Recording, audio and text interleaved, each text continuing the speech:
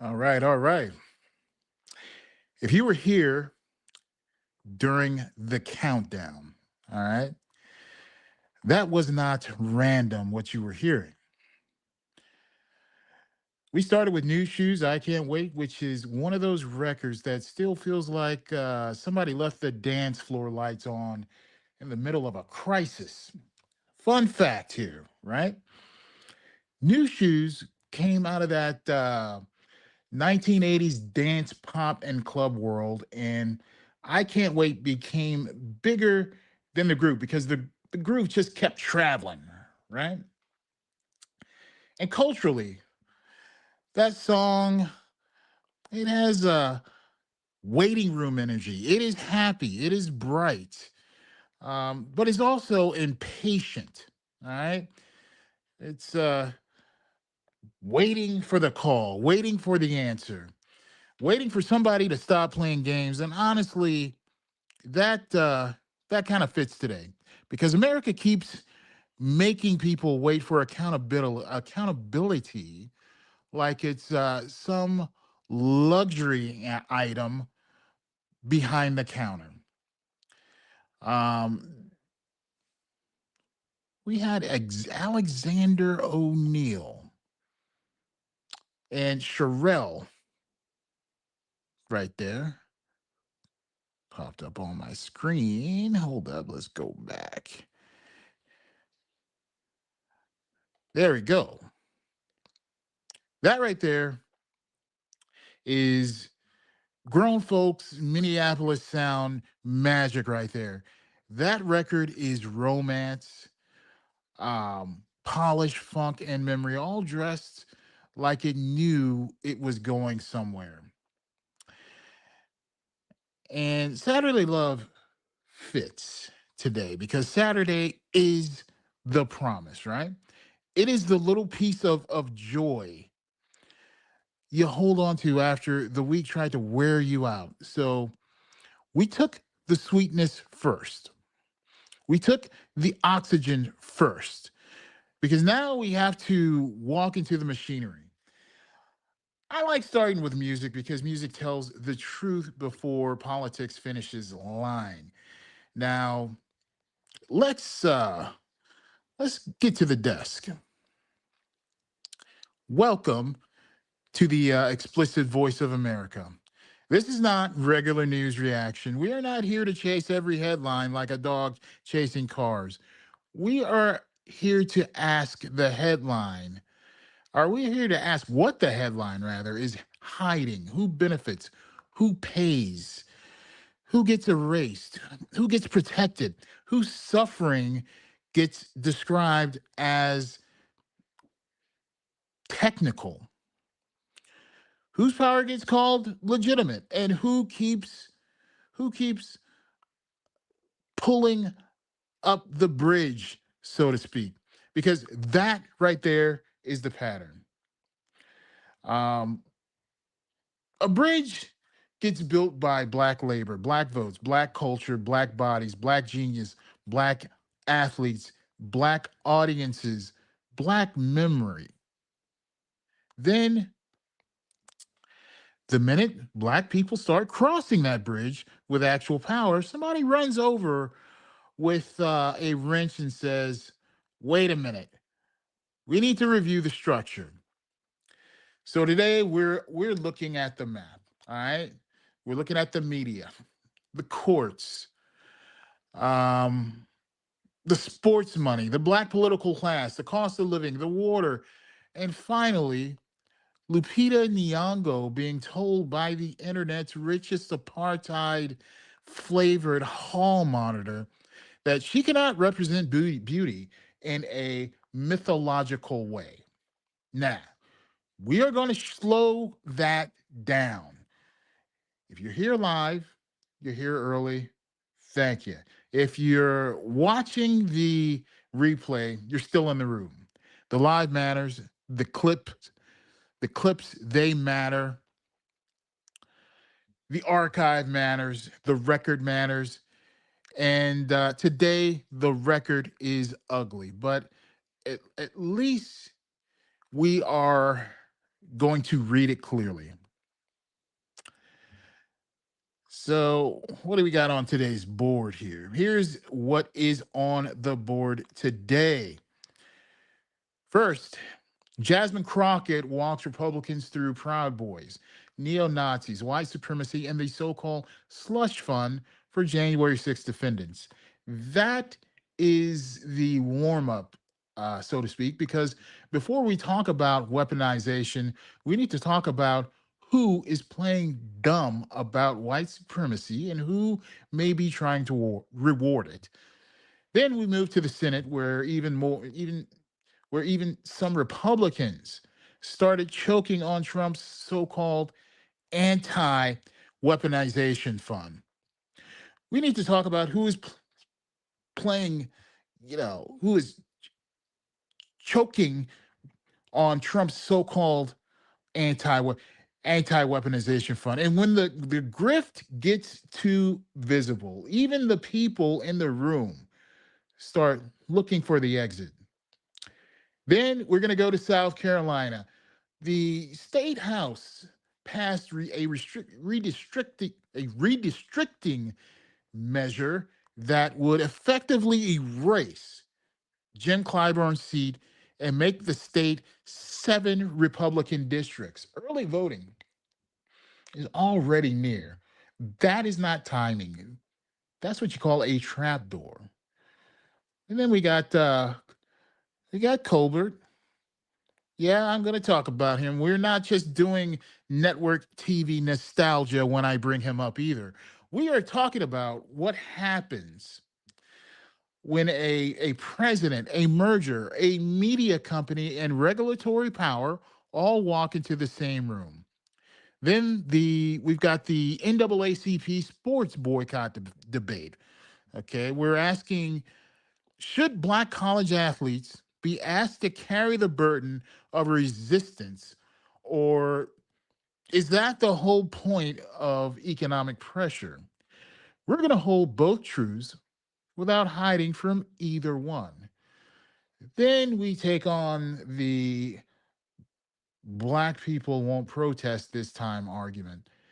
This is coming from a fellow retired black officer.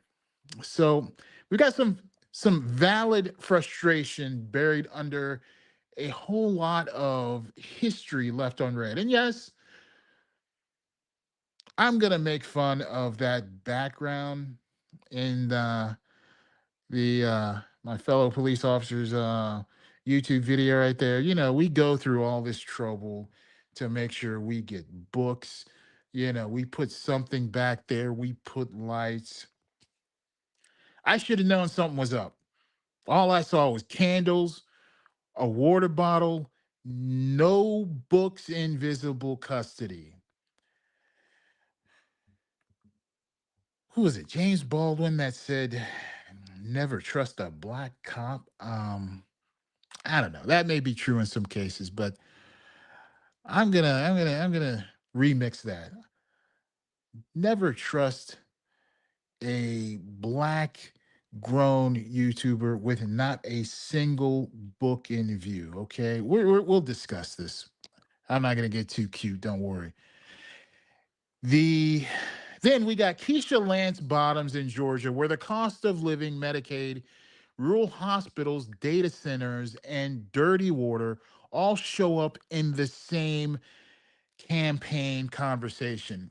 And we end with Lupita Nyong'o. We got beauty, mythology, black women, and the long American habit of acting like whiteness owns the universal. Let's get into it.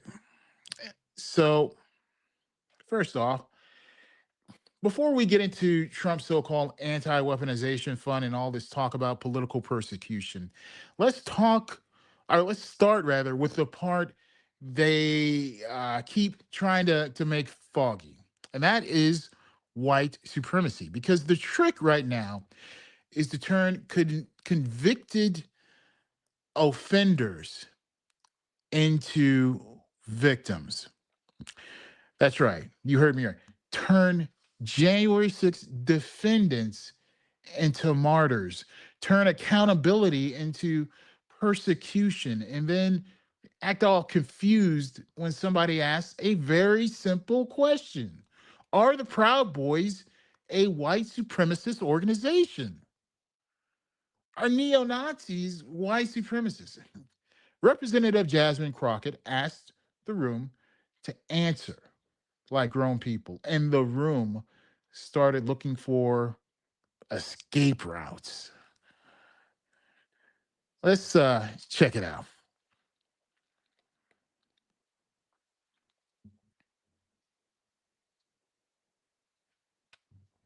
It is so hard to sit here and listen to this. That's one reason I watched the majority of this and didn't actually sit in this room, because I'm sure my faces would have told everything that I was thinking.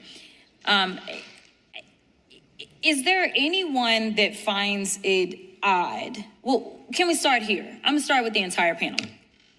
Are the Proud Boys a white supremacist organization? Yes or no? Starting with Ms. Wiley. All right. That is where she starts. All right. No fog machine, no think tank paragraph, no soft shoe, just a yes or no question. And watch how quickly people reach for complication when the truth is sitting right there on the table. This is how power protects itself. It pretends the obvious requires a symposium. Look, listen to me. If you need a committee hearing to decide whether the Proud Boys are white supremacists, you are already telling on yourself. All right, let's uh let's keep going. Go ahead and play the video.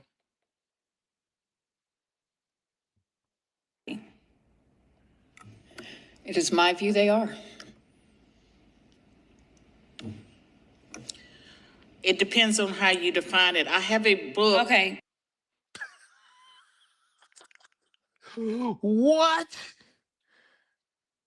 It depends on how you define it. I have a book. Stop the cap. Stop the cap. You know what? Right, just play the video. Let's wind it back. I want to hear that again.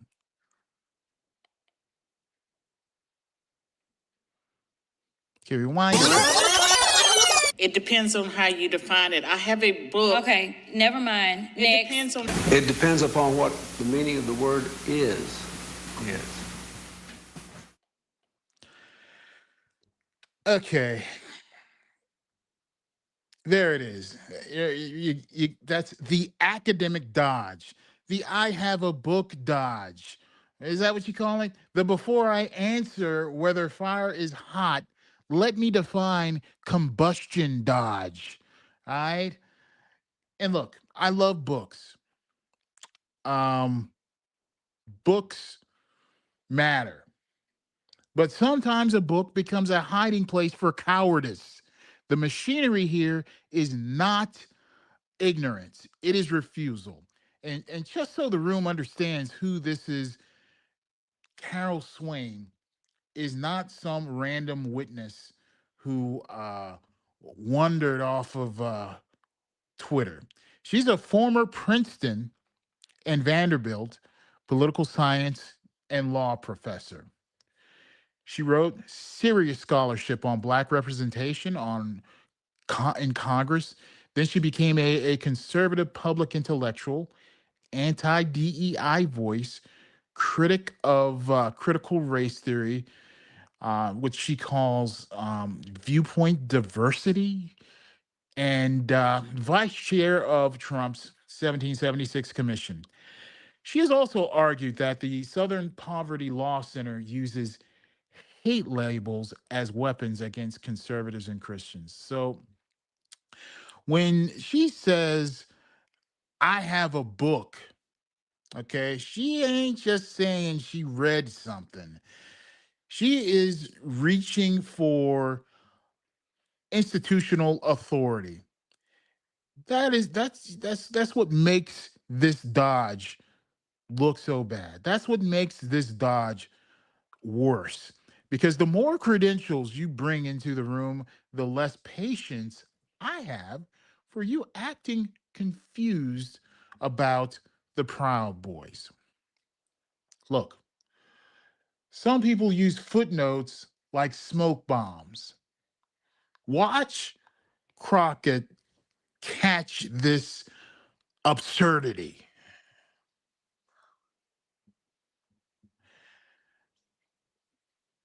Okay, go ahead, play the video. How you It's a define yes it. or no. Proud Oh. Boys, how they define themselves. Are they white supremacists, yes or no? I have not read a description of how they Okay, define themselves. that's fine. I'm not on their mailing list, I don't know. So are you only on the mailing list of, I'm not like the supremacists, SPLC, I don't or- fund organizations that I'm oh, it just seemed like you were saying because you haven't received their mail, you only received the mail of white supremacists. Okay. That is why Crockett is dangerous in a hearing, right? She hears the dodge and turns it into a mirror right there. The witness tries to act like, well, I ain't on the mailing list. And Crockett basically says, oh, so your standard for identifying white supremacists is whether they send you a newsletter? What? What? That is comedy, but it is also cross examination. She is exposing the game here.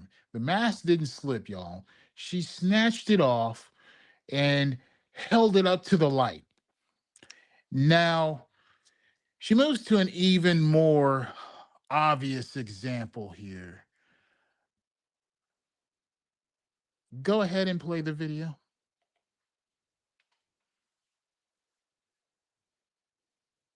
But go ahead, last witness.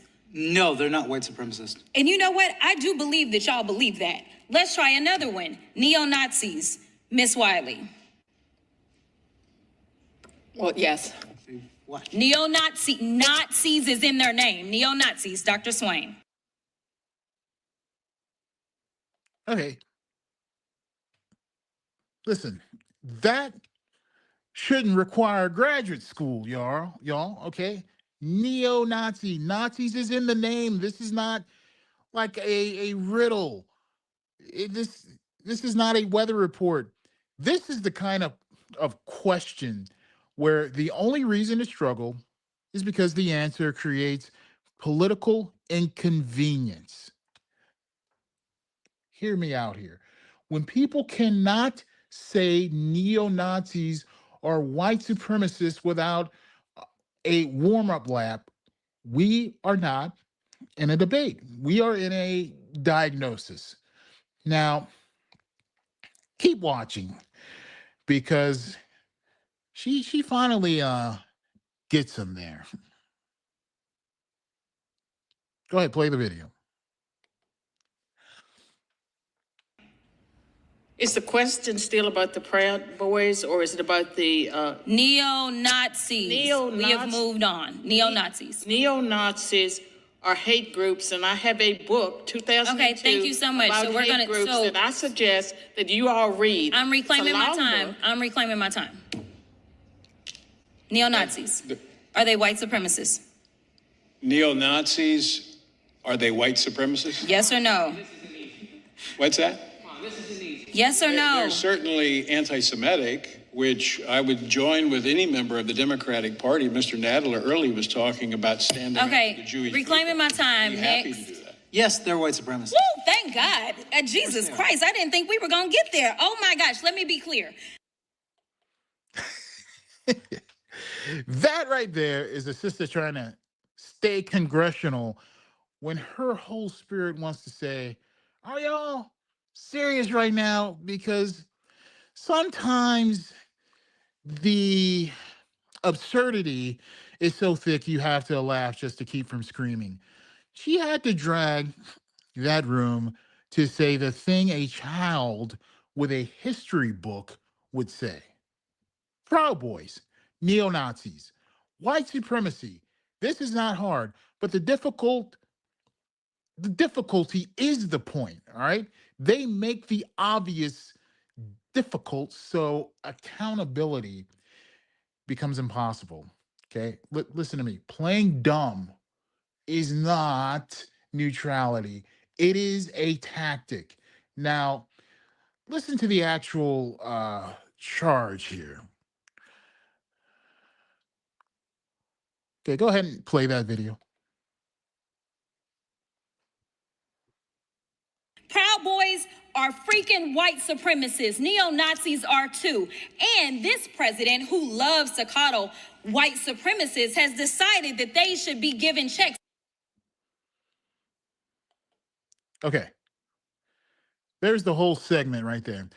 Not just Proud Boys, not just neo-Nazis, the check, the money, the conversion of white grievance into public payout. That is why this matters. The fight is not only over who they are, the fight is over whether the state is about to reward people connected to political violence while pretending it is justice. They do not want to name white supremacy because the next question is, are you trying to pay it? Play the video. The reasons that I pointed to those particular organizations is because you can go and read, I don't know how many articles, as Dr. Swain wants people to read up. I'm going to be clear, I've read my fair share of books. I do have my fair share of degrees. It is clear that neo-Nazis as well as Proud Boys joined in on January 6th. Yet this slush fund that they keep talking about is specifically to give them money. So how dare this majority sit here and try to lecture this organization about money? Now, we're not talking about tax-paying dollars. Listen, that is the bridge into the next segment. All right. A slush fund, not healthcare, not rural hospitals, not housing, not food, not schools. Money for the grievance machine, money for people who went through the justice system and now get to recast as victims because power changed the caption. This is where propaganda becomes appropriation. It takes public language, public sympathy, and potentially public money and redirects it toward the people who attacked the public order.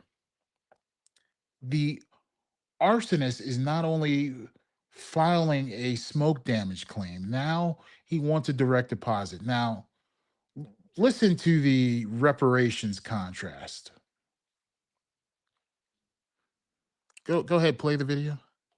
As we are in that slush fund. But you're telling me that $2 billion in the same country that I'm sure some of y'all would struggle with whether or not the enslavement of black people was good or bad. I'm not even gonna go there and ask y'all the question because y'all struggle with defining that these people were white supremacists. But this country still hasn't thought that reparations made sense for black folk in this country. Okay, pause right there. That right there, that is the blade. America can debate black reparations for generations. It can study it, table it, mock it, call it divisive, call it unrealistic, call it too expensive. But when the injury belongs to white political grievance, suddenly that checkbook gets warm. No, that checkbook gets hot. That is not fiscal conservatism. That is racial accounting. Listen, they tell black people to get over history, then ask taxpayers to soothe the hurt feelings of an insurrection. Now I want you to watch how she brings it back to process. Go ahead, play the video. but at the same time, they've decided that people that are in organizations that are absolutely white supremacy organizations should get our tax dollars because they decided to tear apart or attempt to tear apart our democracy. They are being rewarded. These are people that went through our criminal justice system. When people on that side of the aisle claim that they love law and order, they went through it. They either entered pleas of guilty or they were found guilty. Okay, this is where my courtroom experience kicks in. I have been in courtrooms throughout my career as a police officer. I have watched how this process works when the cameras are going on and the paperwork matters. These were not random names on a spreadsheet, okay? They went through the system. Pleas, convictions, judges, records, and now the same Law and Order crowd, right? They want to treat the outcome of that process like a clerical mistake because they don't like who got held accountable. Listen to me. Law and order gets real flexible when the defendant is wearing the right politics. Now, listen to what they haven't held hearings on. Play the video. And this president, on day one, his priority was not around racism. It was around doing things like letting them go and now putting money in their pockets. We haven't had one hearing on white supremacy.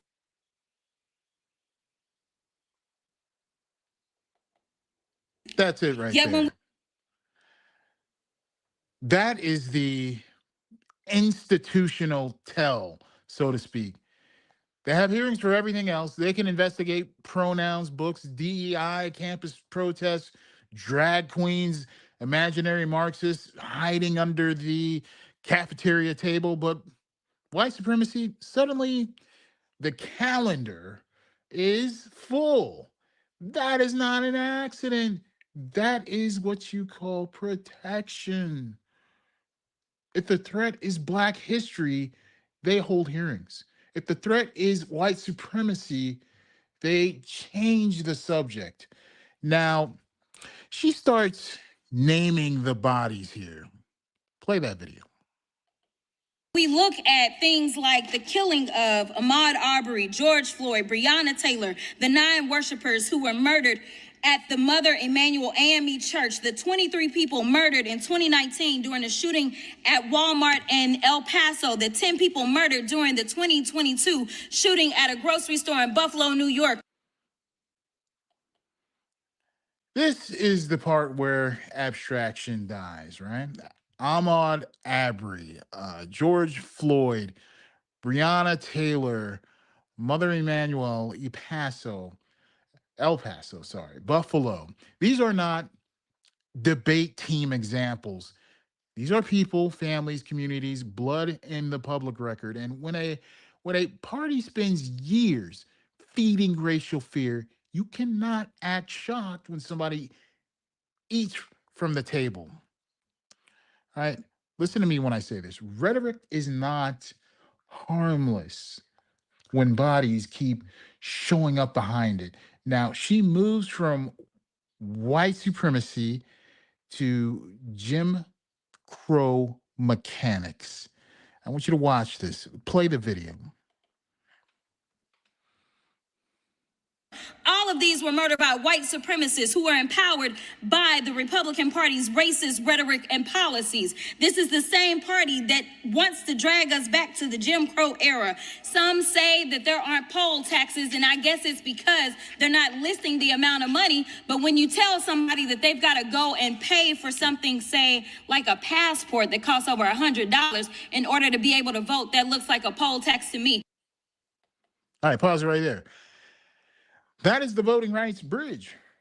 People say, well, there are no poll taxes anymore. Okay, but if you make someone pay for documents, pay for travel, pay for time off, pay for the bureaucratic maze just to exercise the franchise, you have recreated the spirit of the thing while pretending the label is gone. All right. Black historical memory is useful because it recognizes the costume. Listen, the old machine didn't disappear. All right. It learned new fonts. And now she goes straight for history right here. Play the video.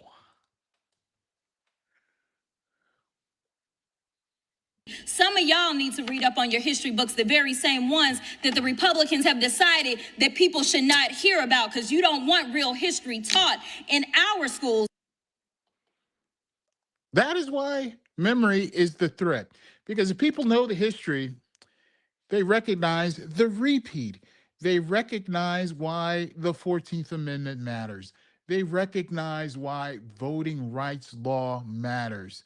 They recognize why maps matter. They recognize why representation matters. That is why the attack on history and the attack on voting rights belong in the same file. Listen, they do not ban history because it is old. They ban it because it keeps identifying them. I'm gonna let her uh, land this thing here. Play the video.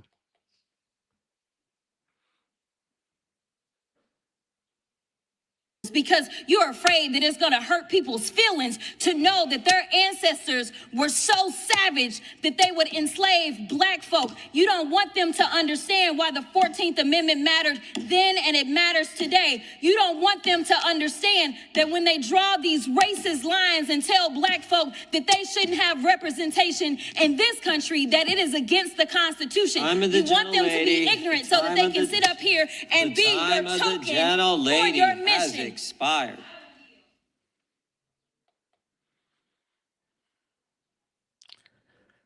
All right. The verdict here is pretty simple. Okay. Crockett wasn't just dunking on witness, okay, trying to look cute or whatever. She was exposing the whole machine. First, they refused to name white supremacy, right? Then they try to reward people tied to to political violence. Then they mock reparations for black people while floating money for January 6th grievance. Then they claim law and order while trying to undo the meaning of convictions. Then they attack history because history explains the scam. That right there is the whole um show in miniature. Power doesn't just commit acts, all right? Power edits the record afterward. And when memory threatens the edit, they come for the books, the maps, the courts, and the language. That brings us to the next clip. Because once you refuse to name white supremacy and rewrite January 6th as victimhood, the next move is pretty obvious, right? You build a fund for the so-called victims. Now, watch what happens when the um watch what happens when the victimhood story leaves cable news and tries to become a budget line. Even some Senate Republicans looked at this thing, flinched, grabbed their, well, I can't say grab their pearls, I guess grabbed their tie and said, hold up, this is a little too obvious.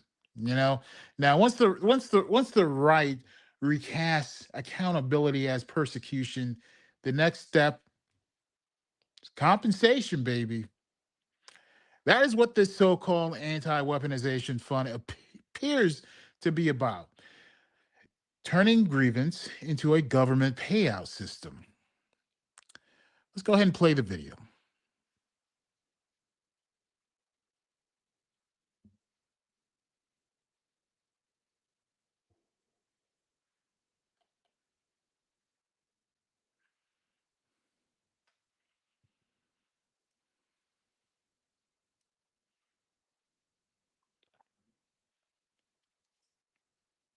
Welcome to the News Hour. On Capitol Hill today, a dramatic series of developments unfolded as some Senate Republicans openly broke with President Trump over his request for funding tied to a new White House ballroom and a controversial so-called anti-weaponization fund.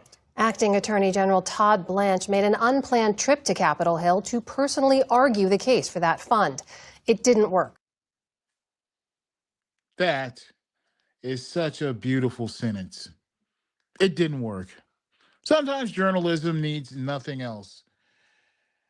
Man, come up there with the folder, the talking points, the whole official face in the room still said, nah, we ain't touching that stove right now. When a grift is too hot, even allies start wearing oven mitts, okay? And even realize this, even corruption has a dress code. And this one came in wearing a neon tracksuit. But listen to what they were actually trying to pass. Go ahead, play the video.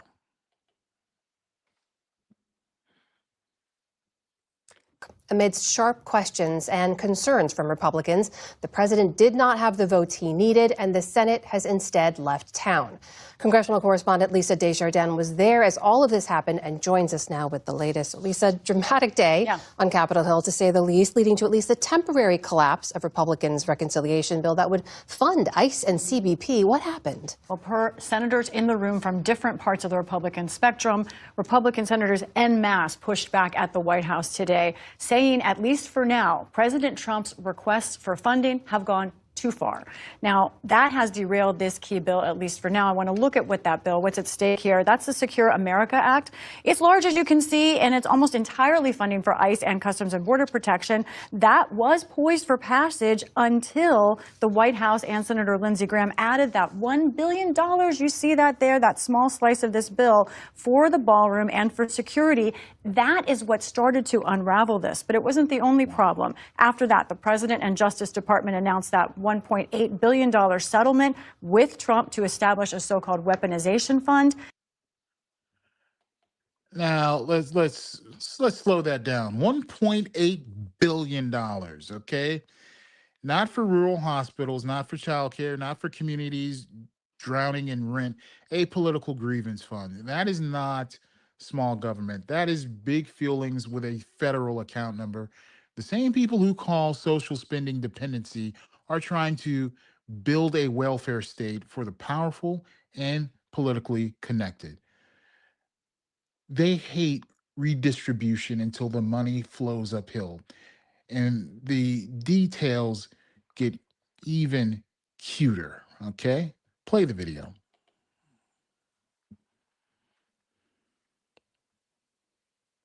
To compensate those thought to be politically prosecuted. That created both political and ideological havoc widely across the Senate Republican spectrum. So Senator Thune, the leader of the Republicans in the Senate, called up the acting attorney general today to explain how this fund would work, to try and reassure senators. He gave them a one-page, basically bullet point document over how it would work, trying to reassure them. The opposite happened.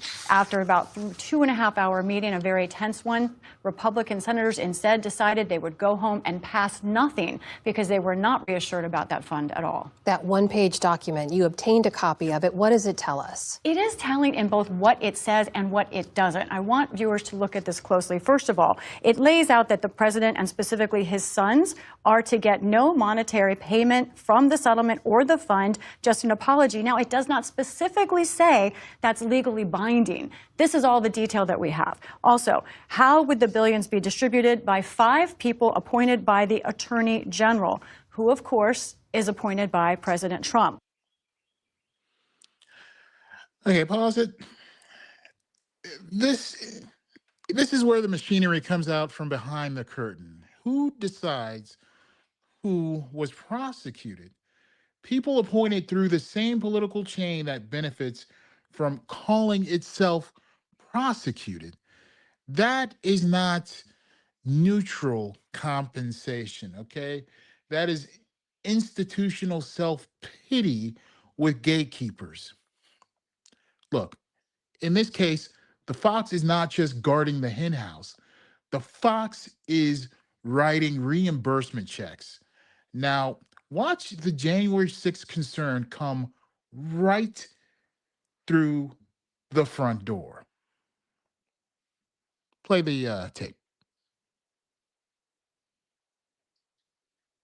What about the size of the settlement? That $1.77 billion, it says, is a fair amount because, quote, literally tens of millions of Americans are subject to unlawful targeting, a huge amount.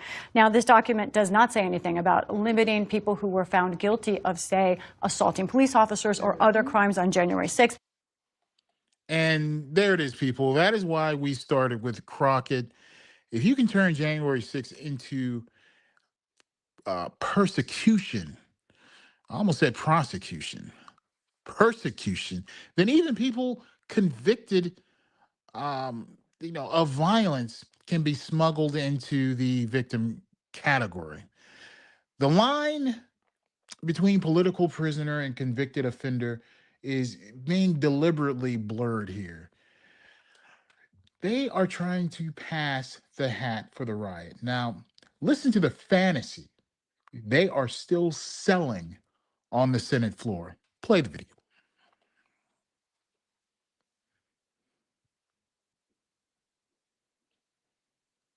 That also was a problem for Republican senators. Okay, so that concern over January 6th rioters in particular potentially getting compensation from the fund, it's part of this debate. I know there was a big moment that got a lot of attention on the floor today related to that. Tell us about that. We paid attention to it. We spotted this. This was Senator Tuberville of Alabama. He just won the primary to be governor of that state for Republicans. He took to the floor saying that many January 6th defendants should be compensated, and he returned two statements that we know are false.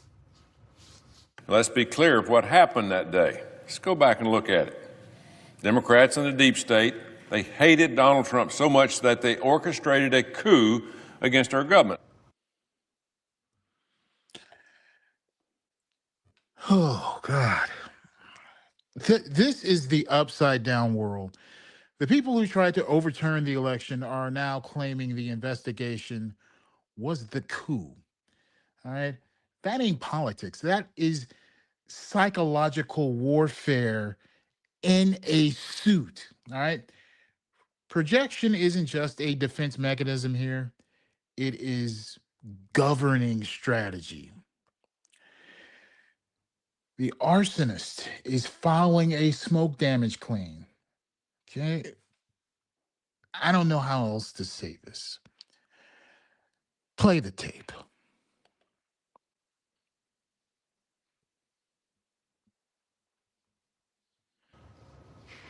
Now, this we know is false. You and I were both there on January 6th.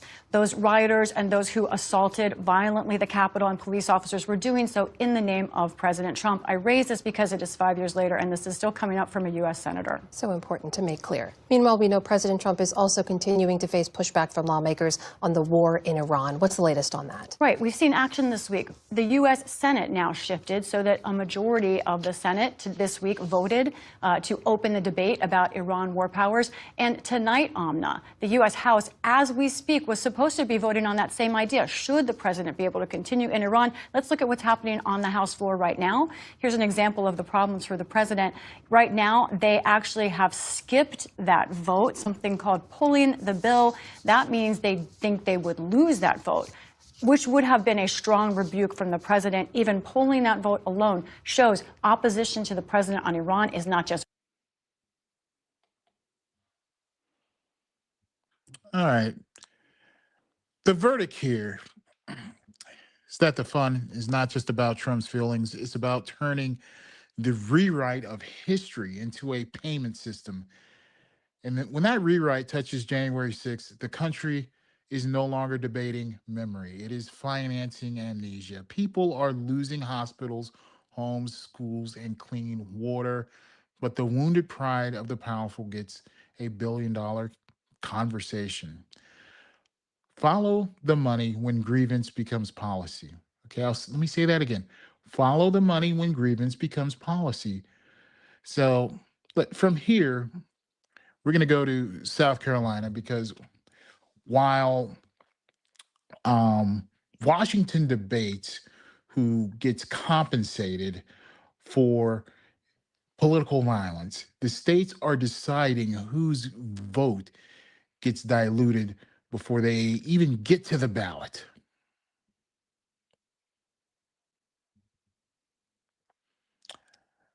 Now, let's go ahead and take some time and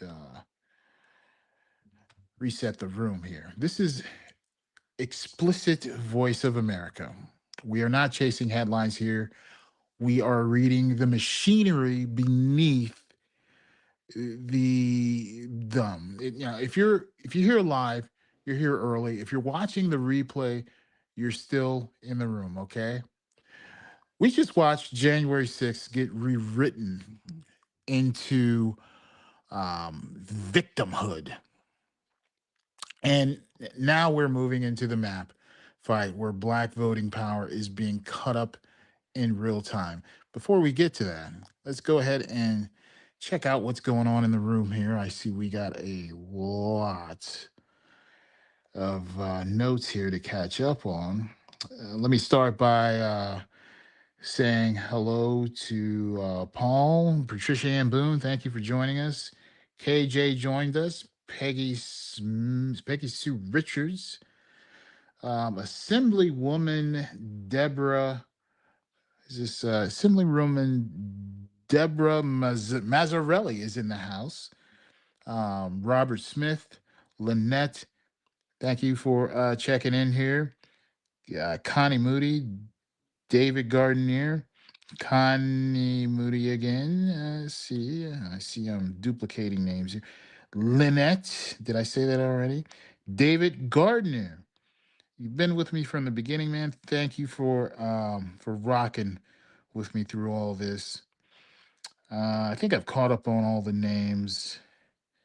Did I miss anyone? Already got Lynette. Ansi, thank you for joining us. Let's go ahead and see if we can read some of these messages. It's a lot of messages.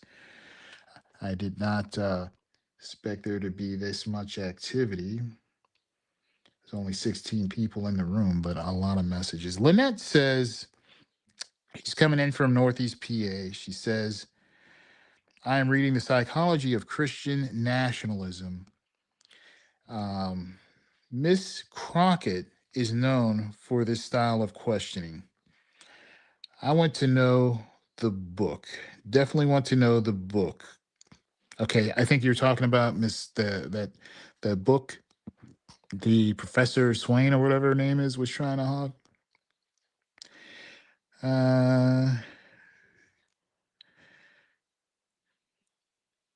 David says nationalist Christians are not Christians. Connie Moody says, you are so brilliant at spelling this out. Thank you. Oh, thank you. Thank you for that compliment, Connie. And Connie says, Jasmine Crockett. Did I say Jasmine Crockett? Jasmine Crockett. There we go. Another brilliant mind and voice. Yes, she is very brilliant. That she is. See. Connie says it's disappeared except for our prison system. See, apparently they were trying to say the senators whose phones were tapped January 6th would be eligible for anti-weaponization fund. No way. And it was 1.7 billion, which my understanding is a call to some white nationalist groups as well. Donna Everett says that's some racist nonsense, NS, unless you meant to say BS. Maybe you should have said that again. Hey, don't forget to like. Hit that like button, smash that like button. I see a lot of you are already doing that. Keep it up. You know what the influencers always says, you hit the like button, it sends a message to the algorithm to spread this message. Okay. Now we're going to get back to What were we talking about? I think we were talking about what? South Carolina? House passes redistricting message or measure to oust Jim Clyburn. All right, we're moving from Washington to South Carolina. And look, this is where the bridge is not metaphorical. It is a real congressional district with real people with real problems, and they are trying to pull it up, crack it up. Is that the term right there? While voters are already walking toward it. South Carolina's House passed a measure to redraw congressional lines, right? The reported effect would be to effectively oust Representative Jim Clyburn and give the state 7 solid Republican districts. Early voting is only days away. Listen to me, that timing is not a footnote. That is the story. Let's go ahead and play the next video.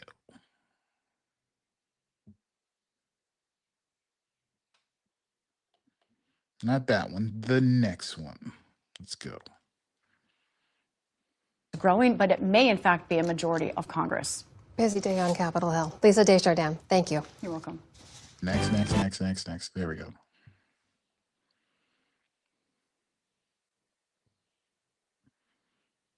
Tonight, discussion is underway in the South Carolina Senate to redraw congressional lines. And this comes as the House passed a measure last night that would effectively oust the lone Democratic congressperson, Jim Clyburn, and give the state 7 solid Republican districts.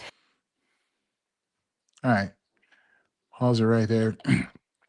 There it is in plain English, okay? 7 solid Republican districts. The map is not neutral if the outcome is designed before the voters even get to speak. The machinery is representation removal through geographic design. Listen to me. When they cannot win the voters, they win the lines. Now, listen to the timing. Roll the tape.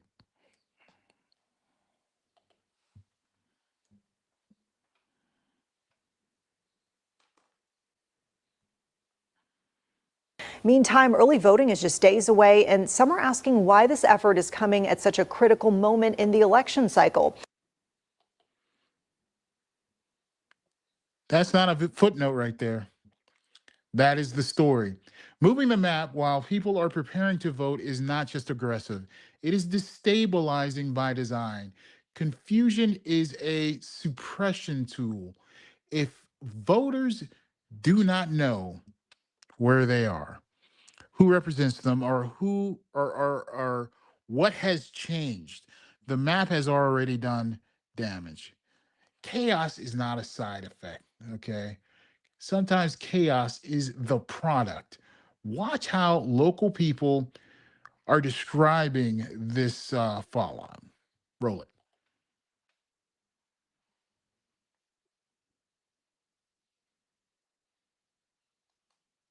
Here's WCNC Charlotte's Tradisha Woodard. The South Carolina House approved a new congressional map in an hours-long session that ended Wednesday morning. President Trump decisively won in South Carolina, not once, not twice, but 3 times. While some supporters like Representative Luke Rankin are excited, others like Nikita L. Jackson, chair of the York County Democratic Party, is raising concerns. You're going to have people who don't even know who candidates are going to be on their ballot. That is the human cost behind the technical language right there. All right. Somebody at home hears redistricting and thinks maps and lawyers. But for a voter, it can mean, wait, who is this? Why is my ballot different? Why did my community get split? Technical change becomes democratic harm when the voter is forced to carry the burden of institutional chaos. Listen, your confusion is their strategy. And yeah, God, yeah, it gets worse.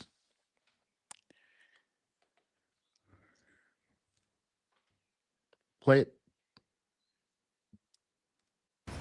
If the bill passes, it would not only split York County, but it would also change the voter makeup of District 6, which is currently represented by James Clyburn, the state's only Democrat in Congress.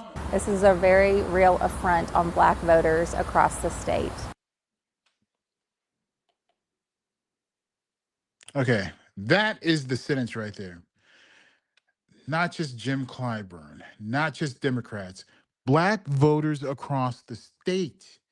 Okay, because black representation is not just a person in office, it's a political ecosystem. The target is not only a seat, the target is the coalition that made the seat. They are not erasing a man, they are erasing the math that let black voters matter. Let's hear how they describe the community splits right here.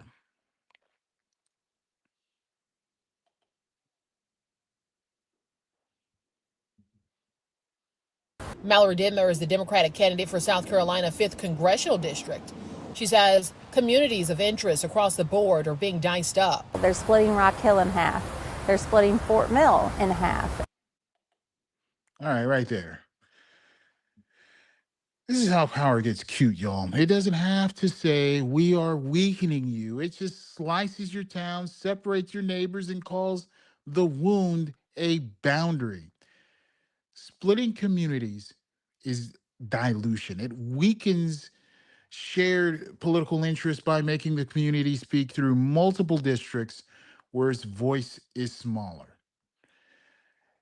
A map can be a knife with a legend on it. Okay. Now, Clyburn, we finally get to hear from him, and he answers the obvious question. I think we're going to hear from him. Let's see. When you have someone in D.C. looking purely at numbers for partisan gain, you are going to have real repercussions. Clyburn also speaking out, saying, quote, he's disappointed and would respect what the Supreme Court did 2 years ago. They declared that the district was, in fact, constitutional. Why now, all of a sudden, is not a great idea? There it is right there. Exactly. Why now? That is always the question. When power suddenly discovers a legal problem right before an election, check that calendar before you read the memo. Timing is evidence, all right? The legal rationale may be the wrapping paper, but the calendar is the gift tag. Never ignore the clock. Never when they hand you a map. Okay? So let's go ahead and land this thing. Go to the next segment. We're gonna land this one first. Play the tape. These are the maps that the Republicans drew. As the proposal sits in limbo, they're encouraging everyone to get to the polls. Please, York County residents, let's go out in mass drove numbers. This is the year to get fired up and ready to vote. Tradisha Woodard, WCNC Charlotte.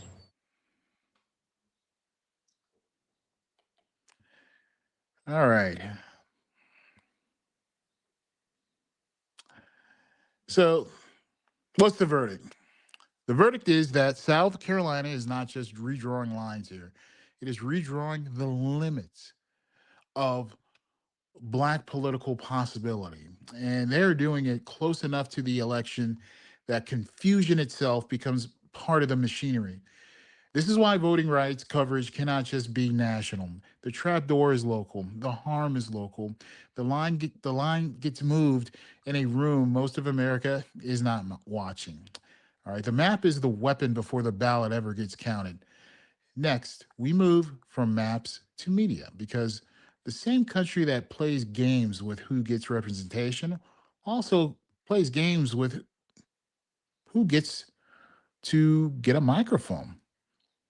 So now I want to talk about Colbert without pretending network talk shows were perfect. Because, listen, I ain't going to lie. Some of those jokes were getting a little stale, a little corporate, a little approved by 6 lawyers and a brand manager. But I think that's the point. Maybe Colbert wasn't the problem. Maybe the cage was the problem.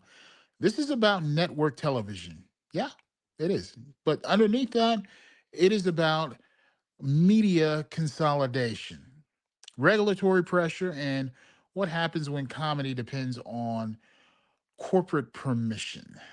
All right, let's play the next video here.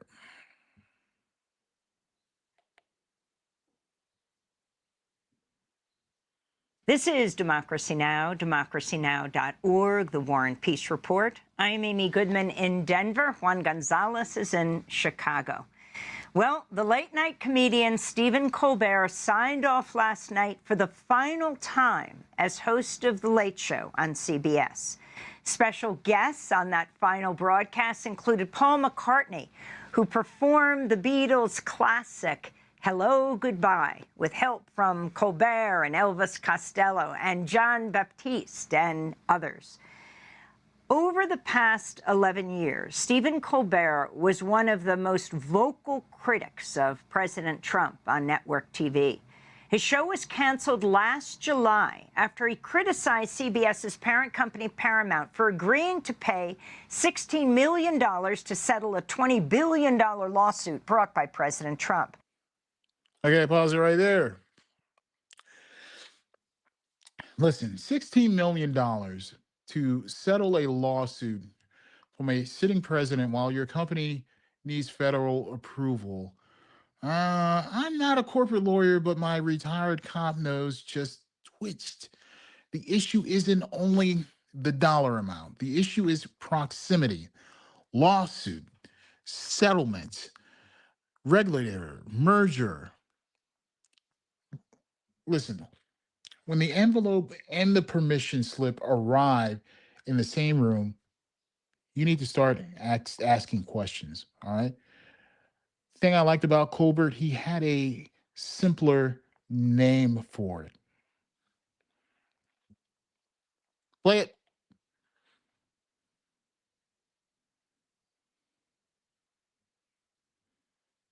The settlement came as Paramount was seeking the Trump FCC, that's the Federal Communications approval, for a merger with Skydance. This is part of what Colbert said at the time. Now, I believe this kind of complicated financial settlement with a sitting government official has a technical name in legal circles.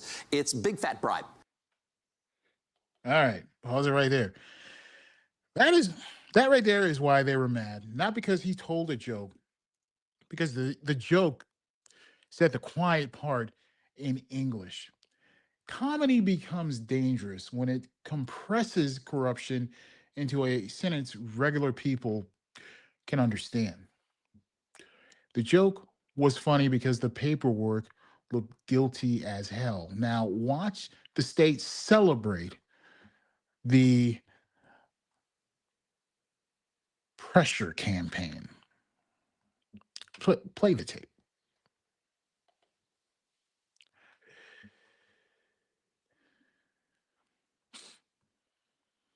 Because this all comes as Paramount's owners are trying to get the Trump administration to approve the sale of our network to a new owner, Skydance. The Trump administration approved the Paramount-Skydance merger just a week after CBS announced Colbert's ouster. At the time, CBS Colbert was canceled for, quote, financial reasons, even though Colbert had been consistently the top-rated late-night host. Last year, Trump wrote online, "I absolutely love that Colbert got fired," unquote. Early this morning at 1:52 a.m. Eastern, President Trump posted a message online again celebrating the end of Colbert's show, writing, quote, "Thank goodness he's finally gone," unquote. In March, the chair of the Federal Communications Commission, Brendan Carr, celebrated the cancellation of Colbert's show as part of a broader Trump-led campaign against the news media. This is Carr speaking at CPAC, the Conservative Political Action Conference. President Trump took on the fake news media, and President Trump is winning. Look at the results so far. PBS defunded, NPR defunded, Joy Reid gone from MSNBC, Sleepy Eyes Chuck Todd gone, Jim Acosta gone, John Dickerson gone, Colbert is leaving. My God, what is the world coming to? They're not even subtle about this anymore. That is a regulator sounding like a campaign operative. He's not talking like somebody protecting the public interest. He's talking like somebody checking the names off of a revenge board. The FCC chair's language reveals the machinery here. This is regulatory power as ideological enforcement. The referee is doing an end zone dance here.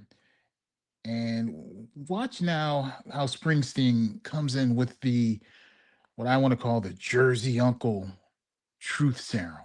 Play the video.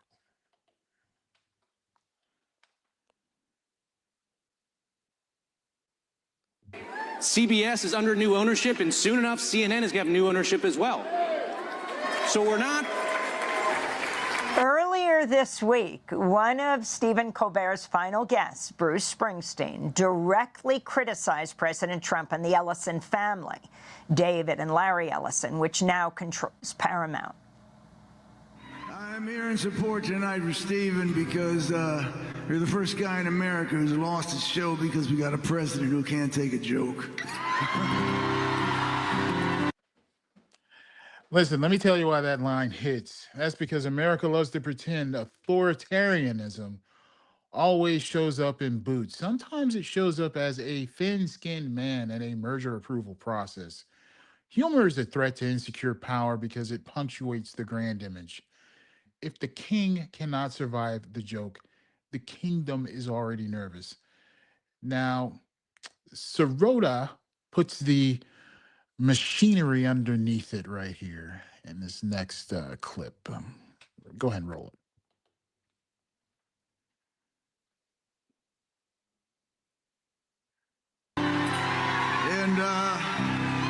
And because Larry and David Ellison feel they need to kiss his to get what they want, so these are... Anyway, Stephen, these are small-minded people. They got no idea what the freedoms of this beautiful country are supposed to be about. So that was Bruce Springsteen this week, one of the final guests of Stephen Colbert. And right now, the Ellisons with Paramount Skydance are trying to merge in a more than $100 billion mega merger with Warner Brothers Discovery. Warner Brothers Discovery owns HBO, owns CNN, and of course Paramount owns CBS. So CNN, CBS, HBO would all be under the same roof. To talk more about the end of Stephen Colbert's show, Trump's threats to the press and media consolidation, we're joined here in Denver by David Sirota, founder and editor-in-chief of The Lever. His recent book is titled Master Plan, The Hidden Plot to Legalize Corruption in America. David, how does this fit into your view of corruption in the United States? How does the final show of Colbert, though the most watched show on late night, being canceled and him being ousted, connect to these mega mergers that are consolidating the media? Well, I think it's a data point in a number of data points. I mean, the Colbert tale that you just told also there was a concurrent situation with Jimmy Kimmel and a merger about local TV stations, the Tegna Nexstar merger. Jimmy Kimmel had said something that apparently Brendan Carr and the Trump administration and the MAGA movement didn't like after the death of the murder of Charlie Kirk, and the television network faced pressure from Carr and others to essentially throw Jimmy Kimmel off the air. So I think we see this over and over again, where the Trump administration is weaponizing its power over mergers. So that's what I want to call the XVOA sentence. Not just Colbert got canceled, the machinery is merger power. The machinery is corporate fear. The machinery is regulators telling owners what pain feels like. That is state pressure through corporate vulnerability. Look, you don't need to censor the comedian if you can scare the boss. And the next part may be even more important here. Roll the video. To try to get what it wants in the media space. And I think I wouldn't call that a new level of corruption. We saw the Nixon administration quite famously back in the day try to weaponize its merger approval process on behalf of its allies and its donors as well. But it is a resurrected tactic from the Nixon era that is a kind of corruption that's outside of, frankly, the traditional kinds of corruption that we've gotten used to. I mean, traditional corruption that we talk about in Master Plan and we document in Master Plan is about legalizing campaign contributions. This is actually weaponizing, as you mentioned, lawsuits where Trump is trying to extract money from various large corporations, using the merger approval process potentially as a tool to extract those settlements and extract financial remuneration to Donald Trump himself. And I think ultimately, as it affects the media situation, it creates a chilling effect, right? I mean, everybody who is currently working in media, certainly for big corporations that may have business before the Trump administration, everybody knows that they, in what they're doing, whether it's reporting or commentary or anything else, that they may get crosswise with Donald Trump, and the corporate boss may not like that because the corporate boss may have business with the Trump administration. So I think beyond just a sort of heavy-handed censorship problem, you have a potential self-censorship problem. Okay. This is the part people miss, okay? The scariest censorship is the one that happens before anyone gives an order. The joke doesn't get written. The question doesn't get asked. The producer says, maybe not for this show. Self-censorship is how fear becomes culture. Listen, the leash works best when the dog starts calling it discipline, okay? And now they widen it to media ownership.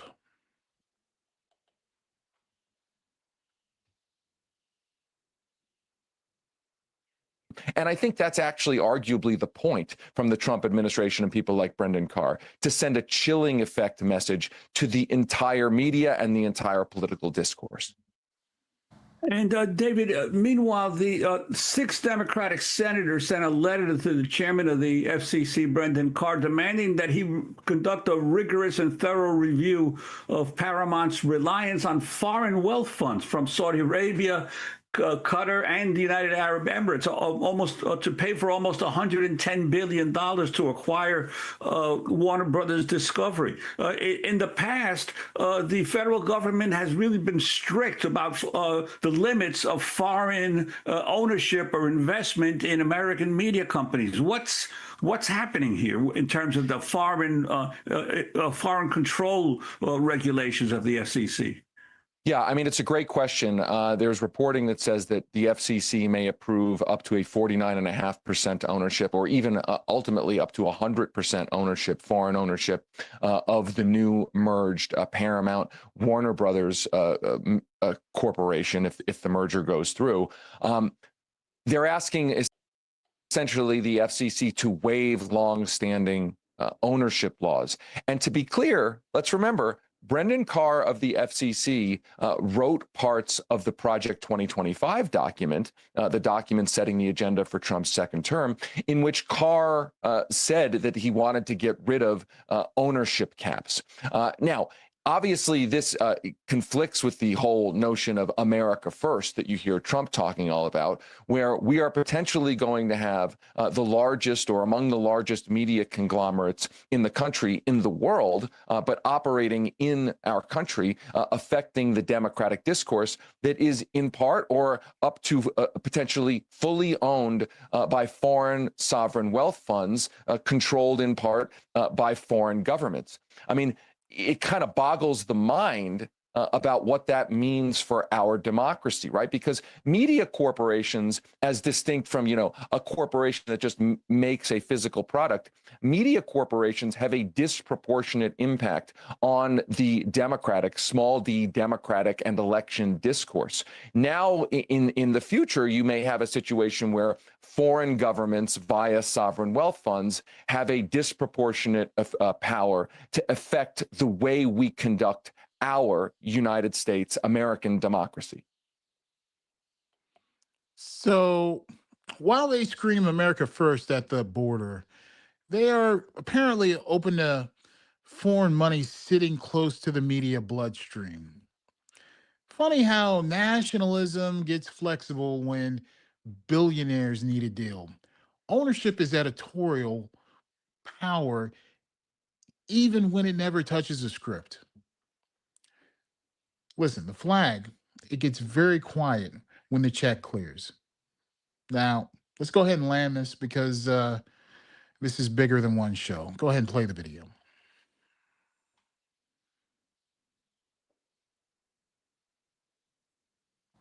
There's also a new report that James Murdoch has recently agreed to acquire New York Magazine and Vox Media podcast network in a deal valued at about $300 million. Talk about who James Murdoch is and his impact.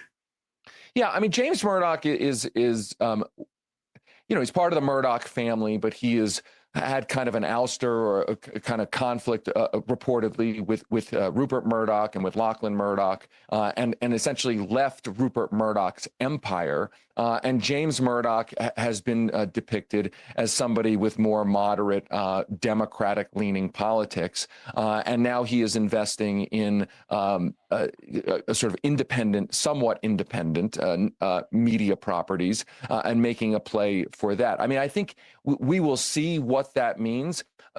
My concern on that is somewhat less about James Murdoch's politics and more about the fact that digital media and podcast media have been some of the last remaining places where there really has been some vibrant, independent, non-corporate media. And so the concern would be, is that going away? Is that space now going to be even more encroached by large corporate entities? But I do think the jury remains out on that. It's not clear how James Murdoch is going to run that company.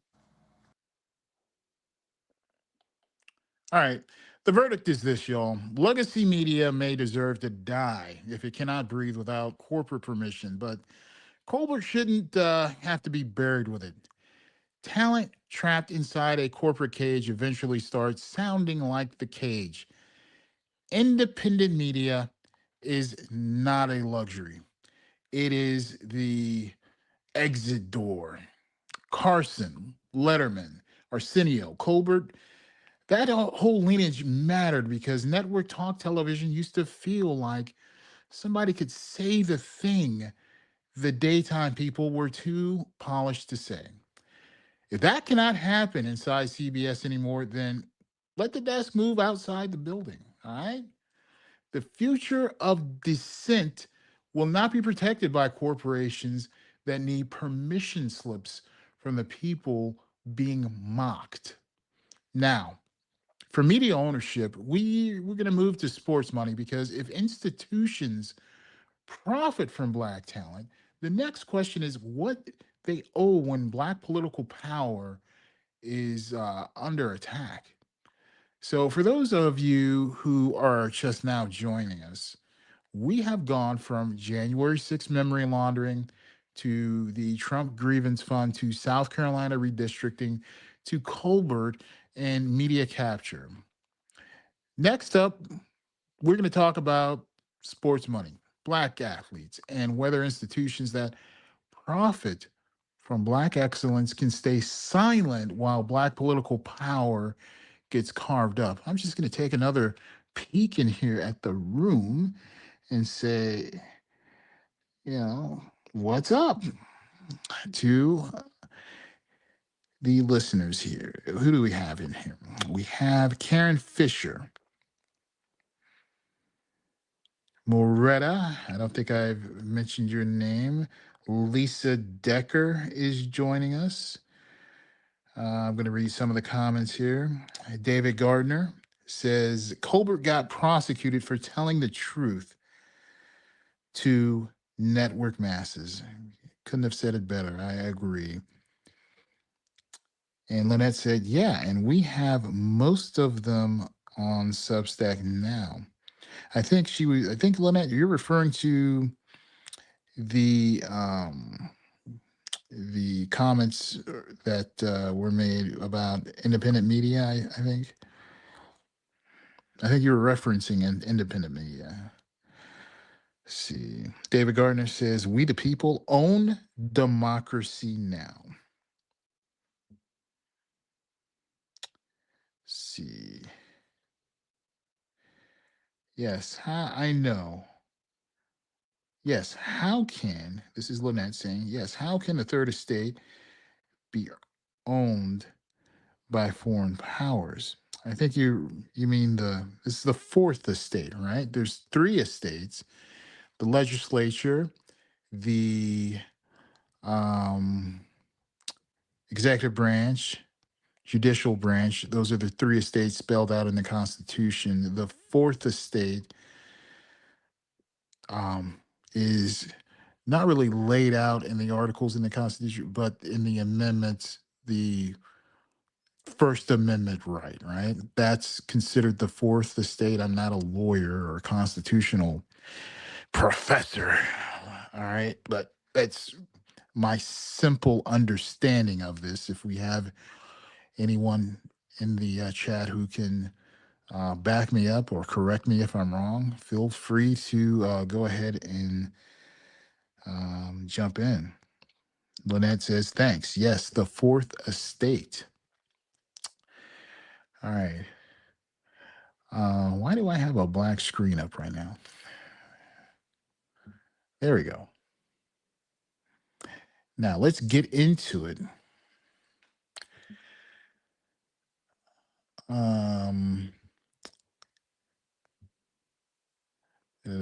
Okay, black athletes.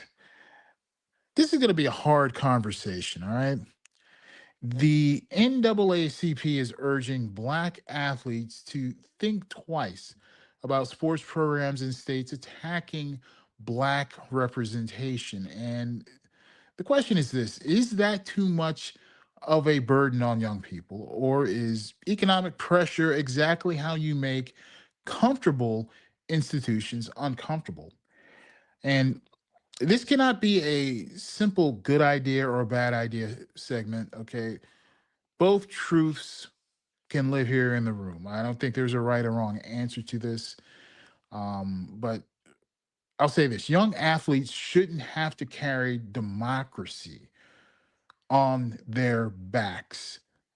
Also, sports institutions that profit from black bodies cannot be neutral while black political power is being dismantled. Let's go ahead and play the video. Following the recent Supreme Court decision on congressional redistricting in southern states, Hakeem Jeffries is supporting the NAACP's Out of Bounds campaign. It urges black athletes to boycott sports programs at southern universities. Take a look. We believe that the silence of these institutions is complicity. That right there is the line. Silence is not neutral when the memory is loud. If a school can recruit black athletes, sell black excellence, and fill stadiums based off black labor, it can also say something when black voting power is under attack. Institutions want the benefit of black presence without the obligation of Black protection. Let me just say this also. You cannot sell the jersey and ignore the voter. Now, watch this, not this, but uh, the panel, the view, wrestle with the burden of the burden question, so to speak. Hit the play button. And we will not stand for it. This is an unprecedented moment featuring an unprecedented attack on Black political representation, and therefore it requires an unprecedented response. We will continue to stand with the NAACP in encouraging athletes in our community to look elsewhere until these racially gerrymandered maps in the South are reversed, buried in the ground, never to rise again. So this could have a huge impact on college sports programs in the South, but is it putting a little too much burden on the students? All right. That is a real concern, all right? We cannot romanticize sacrifice when the person sacrificing is 17 years old and trying to get out of a hard situation. Everybody loves a brave young person until that young person has to pay tuition. Resistance has costs, and movements must be careful not to outsource adult responsibility to young Black bodies. Now, I think we need to be careful. We don't turn teenagers into ATMs for adult courage. But Sonny here in this video clip brings in the other side of the ledger. Play the tape. Because if you are someone who is just, you getting to go to college, and this is the school that's said yes to you. On scholarship, right? Maybe on a scholarship. And also, there's money in athletic for athletes now. What do you think? You think it's too much of a burden on them? I think it's really going to become a case-by-case basis, because I don't know how many schools we're talking about. I don't know how many athletes we're talking about, and I don't know that this is the best way. It can be part of a bigger picture, but I don't know that this is the only way to go. Well, I agree with you on that. I think that there has to be strategy. I mean, athletes have been involved in protests and politics for a long time. Right. Yeah. Remember the Olympics, and you had Right. John Carlos, and you had Muhammad Ali. But these were athletes that were established already. These college athletes stand to get a free education. They stand to make money because of the NIL now. And so I think it is asking a lot. But I think it's economic damage and economic harm has long time been a very effective tool in the civil rights movement. Also true. America often ignores moral arguments until the money starts coughing. That is not cynicism, that is history. Boycotts work because they move the struggle from sentiment into cost. All right. The conscience of America often wakes up after the register stops ringing. Now, Whoopi here widens the frame. Play the tape.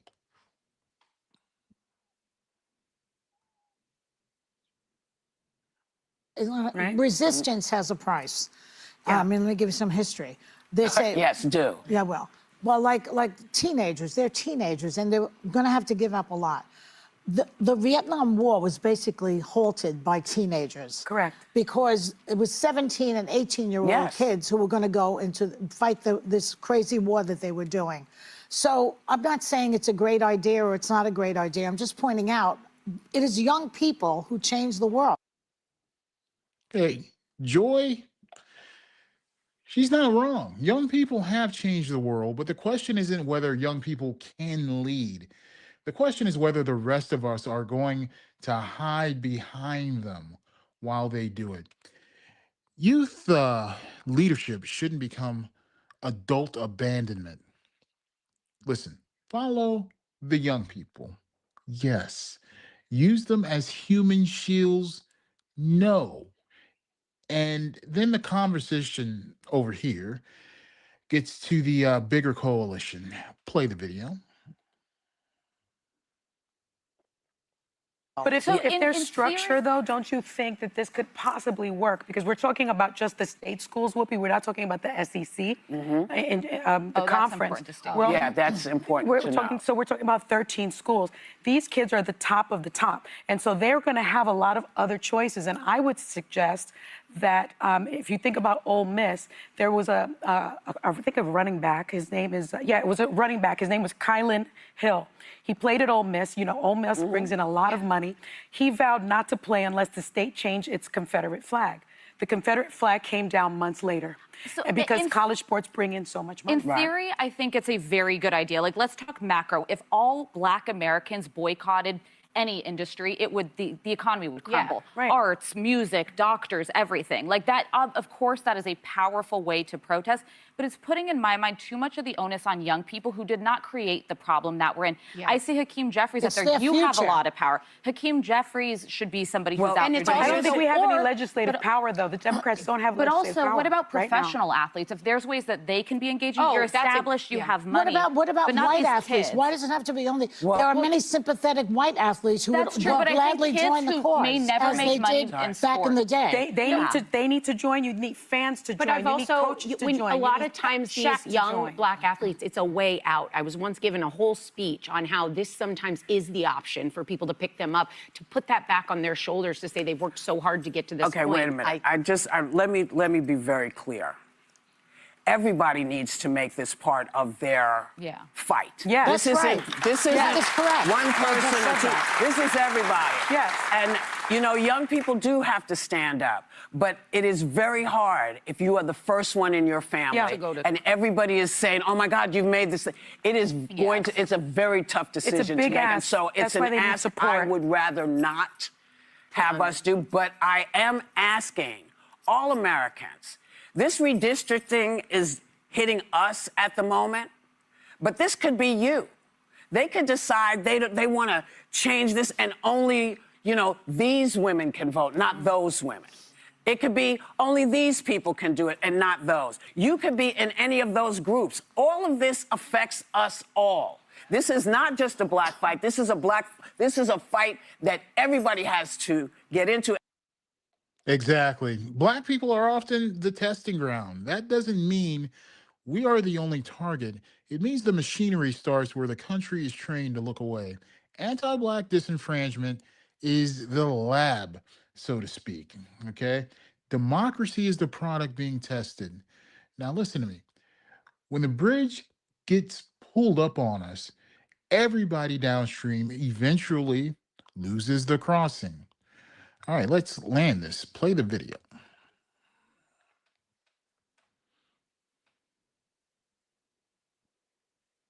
And it's been a problem because people forgot what it was like. That's why we have all these new laws that have taken all the stuff we fought for, because people forgot that the abortion laws were not about your religion. It was about keeping women out of bathrooms, doing it to themselves. That's why it went into. We fought for women's rights because women were being rejected from colleges.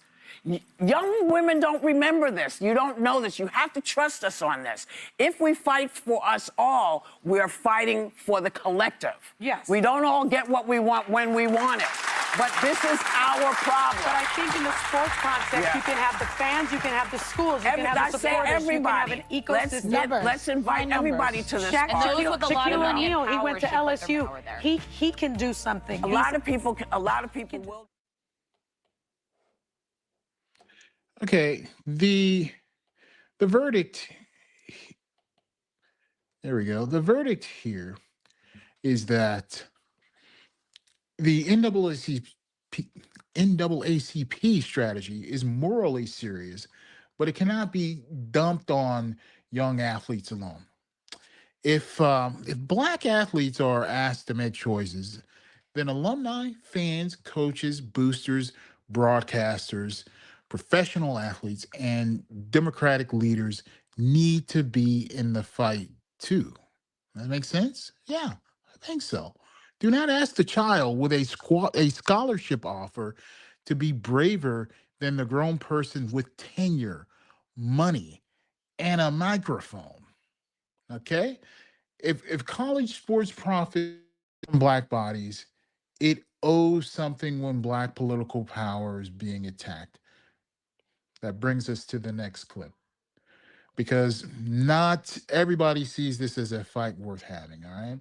Some people are saying black folks are done protesting.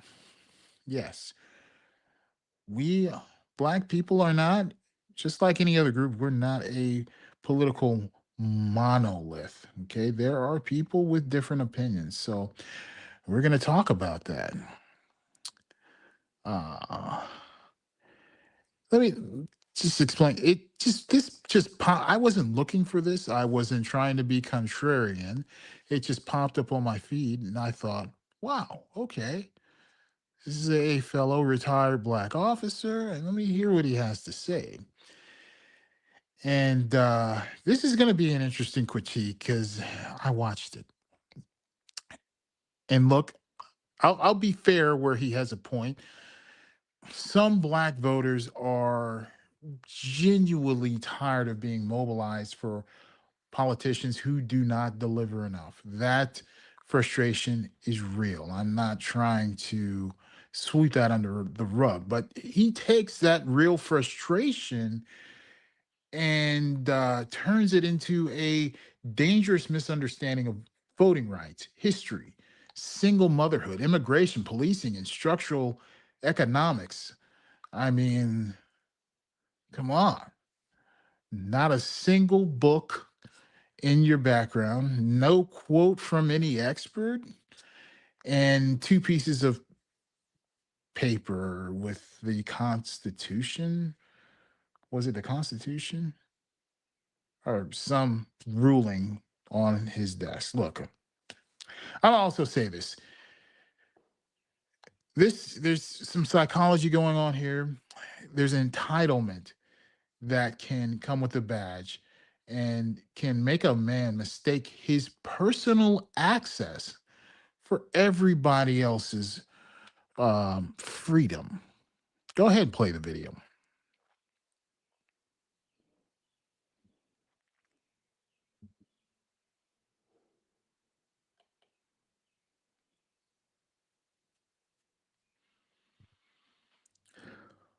I'm just giving you an example. Jim Clyburn, he is a congressperson from the state of South Carolina, and he's had that position for 33 years. 33 years. And do you know how his district rates in South Carolina? It is still the poorest, most underserved and disadvantaged district in South Carolina. So we're not going to cry about them losing their jobs. Hello, how are you? I'm here to talk about this whole redistricting thing that the Democrats want us to be all upset about and want us in the street and boycotting and protesting about. Well, guess what? Black people are not protesting about that. You know why? Because we really don't care anymore.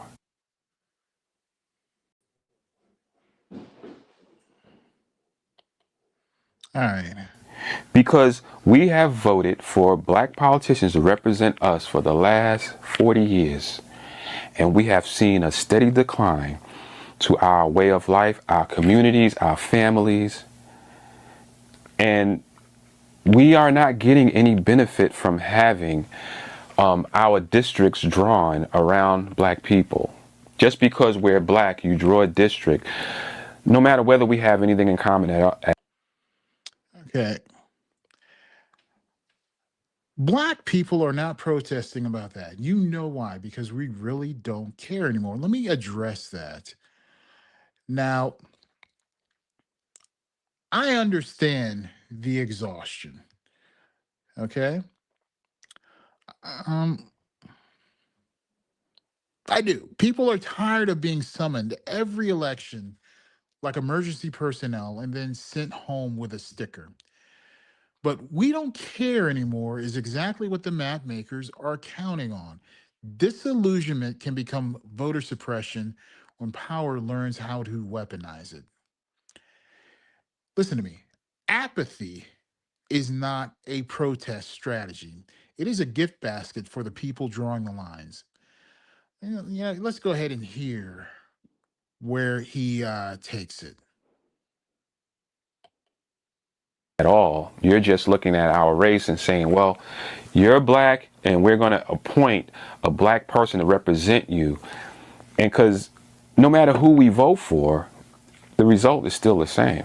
You know, we are still losing. When you talk about education, when you talk about housing, when you talk about healthcare, life expectancy, you know, single parent families, it's getting worse. So now you can't use race to redraw congressional lines. And we're supposed to be upset. And they actually call that racist to not use race when you draw congressional lines. They have flipped the idea of discrimination on its head. You know, racism on its head. I have the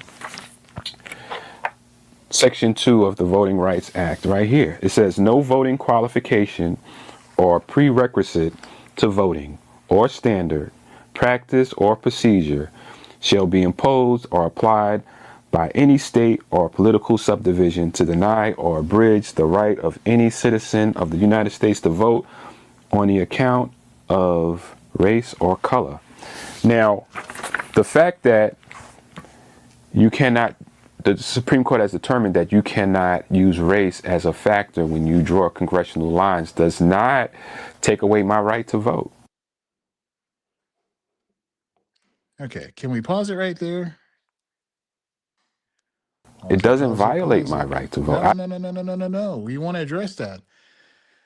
This right here, okay, this is the core mistake. This brother, look, the fact that you can vote is not the same as whether your vote can elect representation, all right? If they pack you, crack you, split you, scatter you, and dilute you, you can still physically vote while your political power gets neutralized. Vote denial and vote dilution are different mechanisms. Both can harm democracy, all right? A ballot without power is just paperwork with a flag on it. And now he's going to get to some career path argument. Go ahead and play it. I still have the absolute right to vote, to register and to vote. So this idea that they're trying to push that my vote is in danger and my right to vote has been curtailed or treaded upon in some kind of way is not true. I can still vote. Matter of fact, I voted last week after the Supreme Court made their decision. Nothing changed for me. The only thing that's changing is the career path for the black politician. Okay, this is the part that sounds tough, but completely collapses under pressure. Yes, politicians can get comfortable. Yes, representation can become a career. But when a majority black district gets dismantled, the loss is not just one man's office. It's the voters' collective leverage. Power wants you to confuse the representative with the represented. They are not just cutting off a politician's career path, they are cutting off the community's route to power. Now, listen for the badge talking.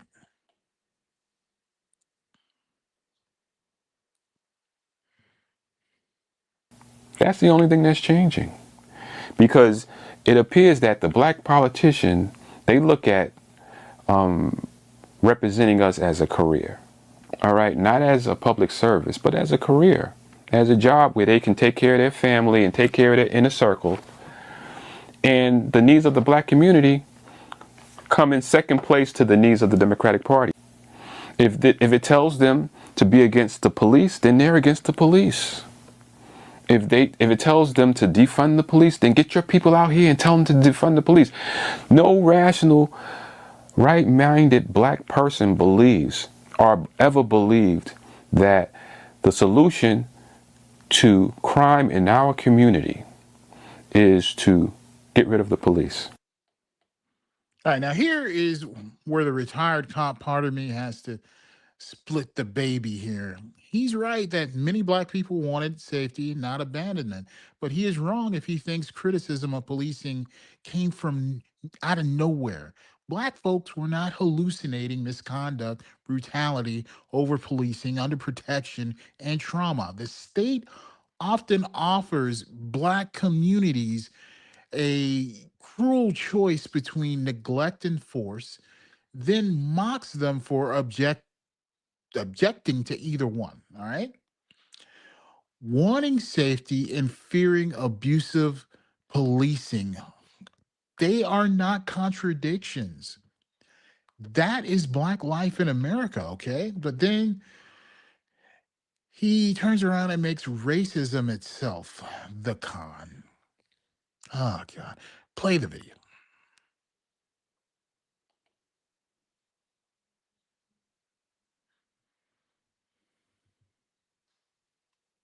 The only way black people will ever advocate for that is if they are motivated to do so through fear and intimidation, and they are made to feel anxious. And that's exactly what the Democrats know how to do. They know how to rile us up because they know once we're riled up, we want to do something. They want to activate us, so they tell us that it's racism that's doing these things. All right, pause it right there. There are absolutely politicians who do use racial language without delivering material change. That is real. Okay. But racism is not fake because some people exploit the language. Cancer doesn't become imaginary because somebody sells fake medicine. Okay. The failure of some black leadership does not erase structural racism. It creates the opening for better leadership. Do not let bad messengers convince you the fire is not real. Now, this whole family structure section subject he brings up needs careful handling. All right, let's go ahead and play it. So we'll get out here and we'll advocate for things that are not in our best interest. And we've done that for 40 years. And we've seen the results. Just look at this whole movement to defund the police. Now, police officers have retired early. Communities have, our governments have, local governments have defunded police. They've cut back on the budgets. And now what do we have? We have more crime, we have more gangs, we have more takeovers of establishments and shopping centers. We have more shoplifting to the point where stores are closing in our community. And instead of saying that, hey, we made a mistake, the politician won't ever say that. They won't say we need more cops. No, they will say that the stores are closing because of racism, because the owners of the corporation are racist. So they're closing the Walmarts and the Walgreens. Not because they're shoplifting and they're losing money. No, it's because of racism. So they keep that front and center to the point where if you're black, you feel as though everything is racist because your politicians, your elected officials are telling you this every day. They're pumping this into your brain. So we don't even bother to look at our community and the things that we're doing and the things that they're not doing to advance our causes.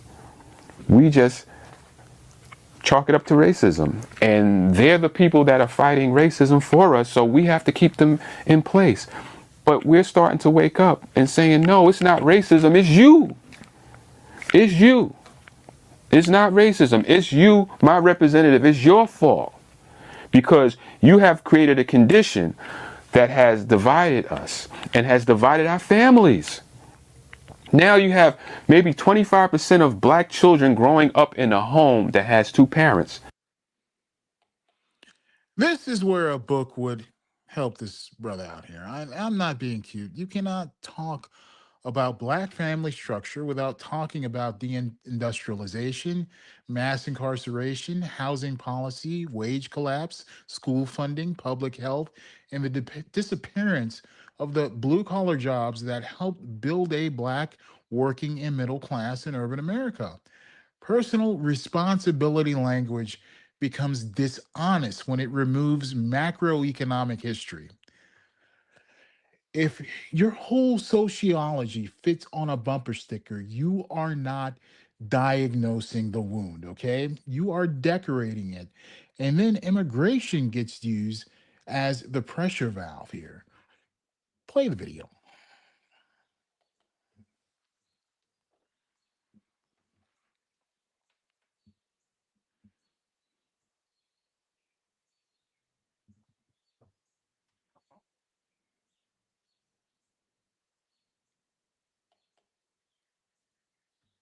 Play the video.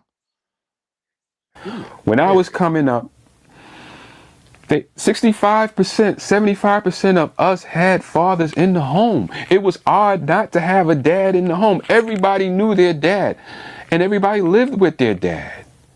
And people who didn't have fathers, it was odd. And a lot of times because their father had died or was in the war or something like that, it wasn't because the father didn't feel any obligation to take care of his kids. It wasn't because the women were saying that they don't need a father in the house because they have the government. But that's what you have now. You have women planning to have a family without having any type of relationship with the father. Oh, I'm going to have this kid. I'm going to get on Section 8. I'm going to live with my mother until I get on Section 8. I'm going to get on welfare. I'm going to get food stamps, and that's how it's going to be. And then you have the men who are impregnating these young ladies saying that, hey, I don't have to take care of the kid. She can go on welfare. She can get Section 8. Matter of fact, I hope she gets Section 8 so I can hang out with her sometimes at her house.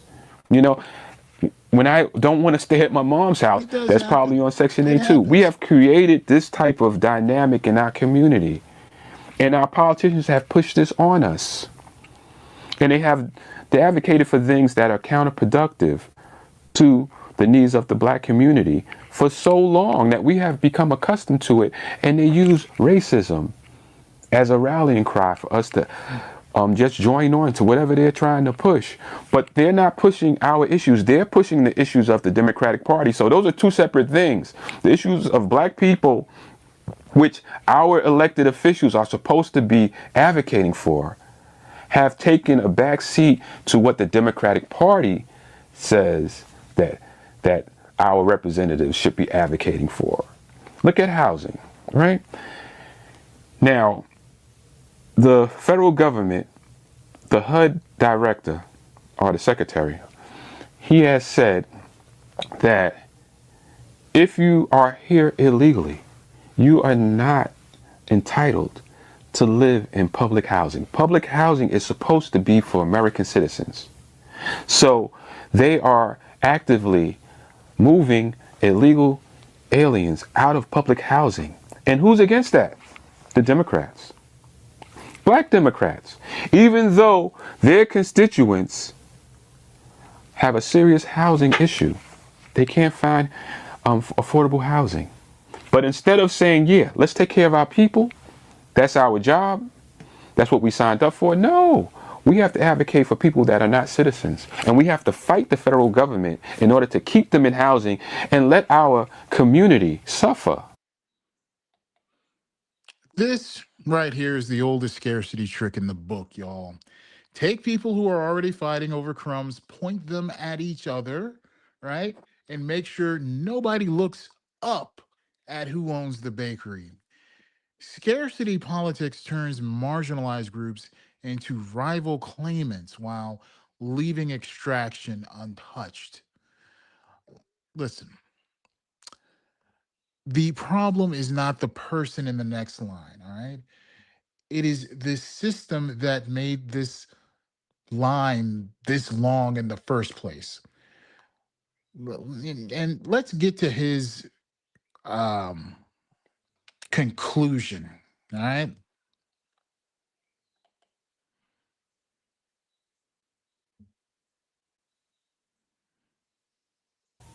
Look at Roll it. There we schools. go. Black schools are not educating black children.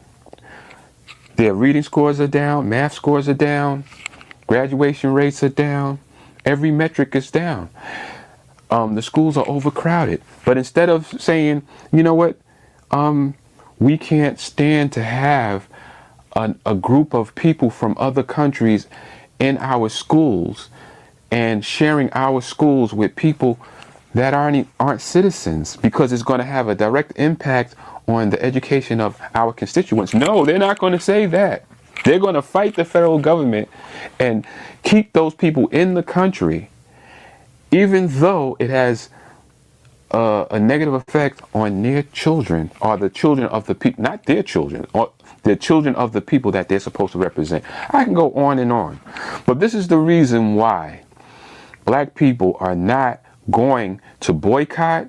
They're not going to go to the South and start rallying and pull up on them. We're not going to not go to Southern schools because you're losing your job. This is all this is for the black politician.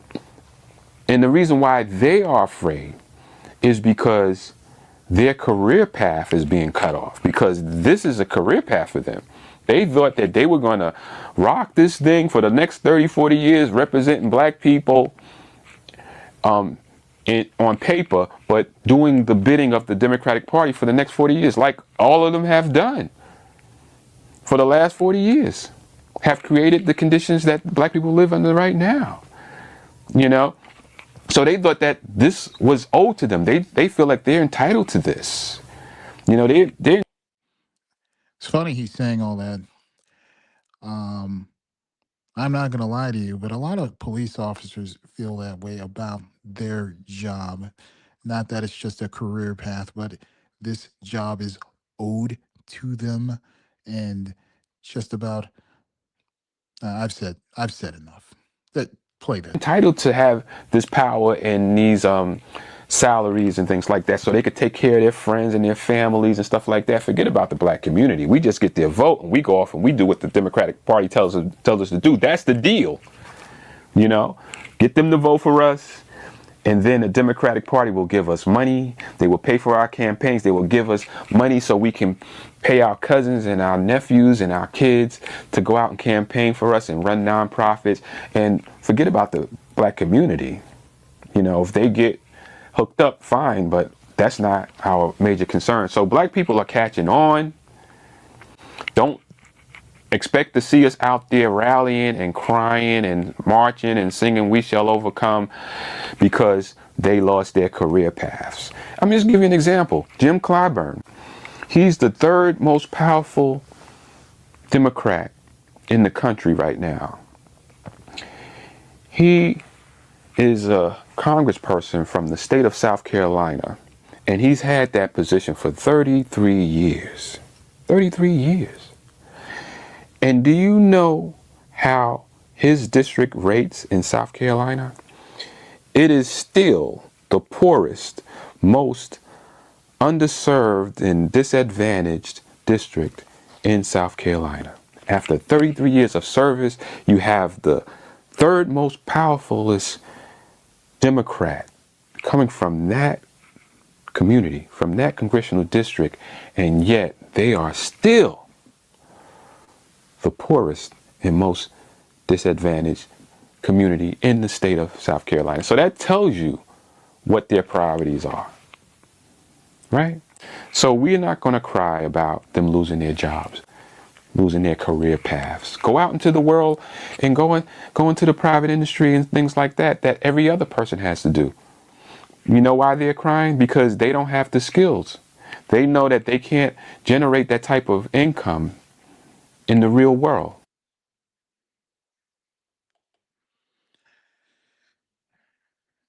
Gilda Johnson said, I can't stand listening to this ignorance. Don't worry, I'm in hell right now. It's almost over.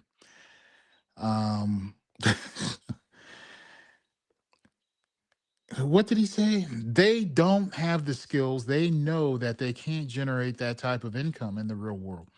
This is where frustration becomes performance. You can criticize black politicians, please do. But when your arguments start sounding like the people drawing the racist maps are just innocent bystanders, you have lost the plot here. Anti-establishment anger becomes useful to the establishment when it refuses to name structural power. You can be mad at Clyburn, all right, and still not hand your voting power to the same people who are trying to erase your district. Also, listen, I'm just saying, all right? If you are going to explain away 150 years of voting rights history, maybe do not do it in front of candles and an empty water bottle with no books in visible custody. That is not a set design. That is evidence. Now, let's I'm getting sick of this. Let's just finish this.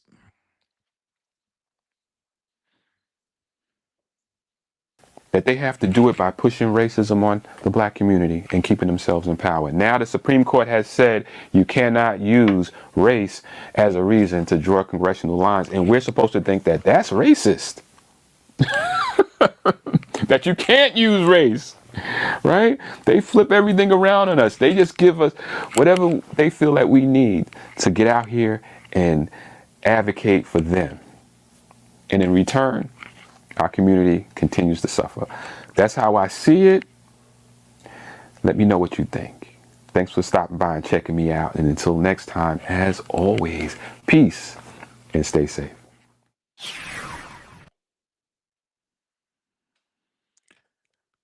Oh God. Yeah, bro. I'm going to let know what I think.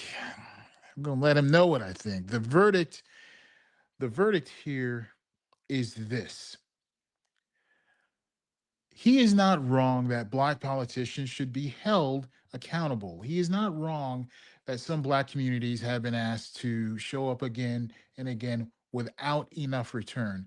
But he is dangerously wrong to treat vote dilution as fake because he personally can still cast a ballot. The bridge doesn't only matter when you like the person standing on it. The bridge matters because once they pull it up, everybody behind you loses the crossing too. History left unlearned becomes somebody else's weapon. And now we're going to get away from this one, and we're going to go from one black political critique to another version of black political leadership in the arena. Keisha Lance Bottoms in Georgia. All right, costs, healthcare, hospitals, data centers, water. We don't talk about all of that. And before we move on, let's do a reset. Let's say hello to any new people that have entered the room. Tori Joe Woodbull. It's one of those names you said you just can't help smiling. I gotta smile when I say that name, right? Already said hi to Gilda Johnson. Lynette. She says only 7% of eligible black voters are registered in South Carolina. Wow, I didn't know it was that low. 7%? I would have thought it'd be more than that, right? Kind of weird because I got my mic in front of my screen here. Let me move my screen over. Is it because they are not represented as they don't think their vote counts? I think that's a lot of the problem. And, I'm not knocking the brother here for what he said about some of the politicians. It's just the fact that he attributes, just like a lot of real people on the street, a lot of regular people are going to attribute a lot of the problems they don't understand to their representative, not realizing the fact that a lot of these macro effects are due in part to issues way beyond the control of just one representative. Okay. Um, she says they don't call it fraternal order for nothing. Yeah. Oh no. Do we know what part of the country this gentleman lives? Looking at the picture, it looks like an NYPD uniform, so probably New York. And Kim, thank you for joining us. Where are we going next with this? You know, we just dealt with one of those arguments that sounds tough until history walks in. Now, we're going to go to Georgia where the fight gets very concrete, right? Again, we're talking about costs, hospitals, um, data centers, water. After all that theory and map warfare, we're going to get a little practical here. Okay. Keisha Lance Bottoms is running in Georgia. Okay. And the conversation here gets to the real kitchen table stuff, cost, healthcare and hospitals, utilities, and whether data centers are turning communities into ritual sacrifice zones, sacrificing, you know, the community to the billionaire gods of tech industry. Because listen, the machinery of power shows up in bills in this case. It shows up when hospitals close. It shows up when utility costs rise. It shows up when data centers get incentives while communities worry about water. This is policy wearing a monthly statement. Okay. So let's go ahead and play that video. Tuesday night, Georgia Democrats chose former Atlanta Mayor Keisha Lance Bottoms as their nominee for governor. And now Democrats are hoping that she can do something no Democrat has been able to do in more than 20 years, win a governor's race in Georgia. With Democrats celebrating her nomination, Republicans are headed to a June 16th runoff for the Republican nomination. Politico reports Trump-backed Lieutenant Governor Burt Jones clinched a spot in the gubernatorial runoff alongside billionaire Rick Jackson, who told supporters he'd govern like Donald Trump with a Southern tone. Keisha Lance Bottoms says both men are fighting for Donald Trump's approval. Republican primary for governor. Two grown men fighting to kiss the ass of an ass. It's embarrassing. All right. That right there is a campaign ad with seasoning. She's not trying to win a civility award, okay? She's saying these men are not running Georgia's race. They are auditioning for Trump's approval. MAGA politics turns state governance into a loyalty ritual. Listen, if your platform is notice me, Donald, you are not governing. You are begging with a podium. Now, listen to how she pivots from the joke to the material issue. Roll the tape.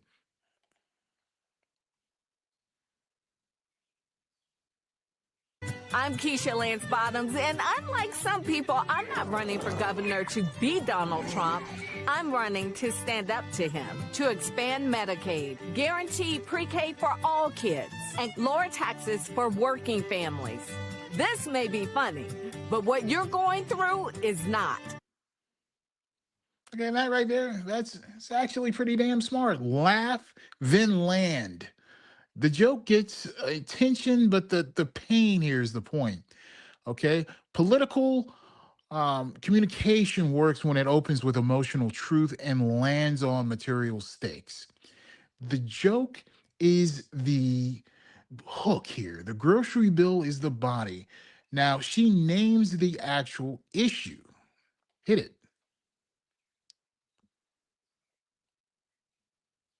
Let's do something about it. Joining us now is Keisha Lance Bottoms, former mayor of Atlanta and former senior advisor to President Biden. She's currently the Democratic nominee for governor in Georgia. She's the author of The Rough Side of the Mountain, a memoir. Thank you very much for joining us tonight. This is not an easy campaign you've entered, and you don't even know who your opponent is. Will it matter which one of these people emerges as your Republican opponent? No, they really are the same. One has already received the endorsement of Donald Trump, and one is spending millions of dollars to try and receive his endorsement. So they are both extreme MAGA Republicans, completely out of touch with the needs of Georgians. Their concern is just pleasing Donald Trump and adding to the chaos that we are already experiencing in this state because of his policies. What do you see as the number one issue in this campaign? Everywhere that I go, the conversation is around the cost of living. Okay, this is where national punditry often loses people. Voters are not living inside a panel segment. They are living inside rent, groceries, gas, utilities, and medical bills. Democracy becomes abstract when daily survival gets ignored. Listen to me. People do not vote from theory. They vote from the kitchen table. And in Georgia, healthcare is sitting right there. Hit the tape.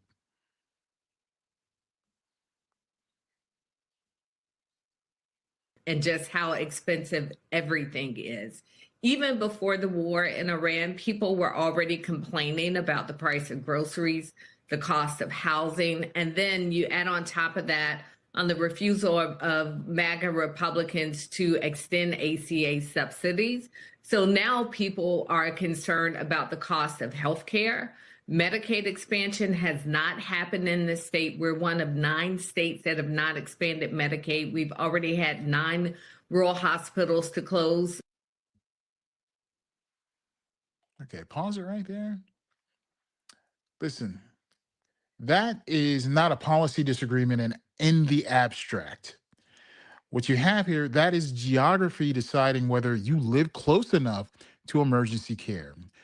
Refusing medical expansion is not just ideology. It is infrastructure abandonment. A closed hospital is a political decision with a body count. Now, the water issue floods in. Play it. Utility costs. These are the issues that people are talking about in every single corner of the state, and they're looking for leaders who can offer real solutions. I wanted to show something that Congressman Ocasio-Cortez revealed in a hearing about the water supply now, how it's endangered in Georgia. Let's listen to this. I have a jar right here. This is the current drinking water in Morgan County, Georgia. Right after a data center was constructed, the metadata center was constructed. Now, this is where the AI future starts looking real old here because the promise is supposed to be innovation. However, the question from the community is simple. Why does our water look like that? Tech extraction often arrives speaking the language of the future while repeating the environmental politics of the past. Okay? They call it the cloud until your water turns brown. Bottoms gives her policy answer here. Go ahead, hit the tape.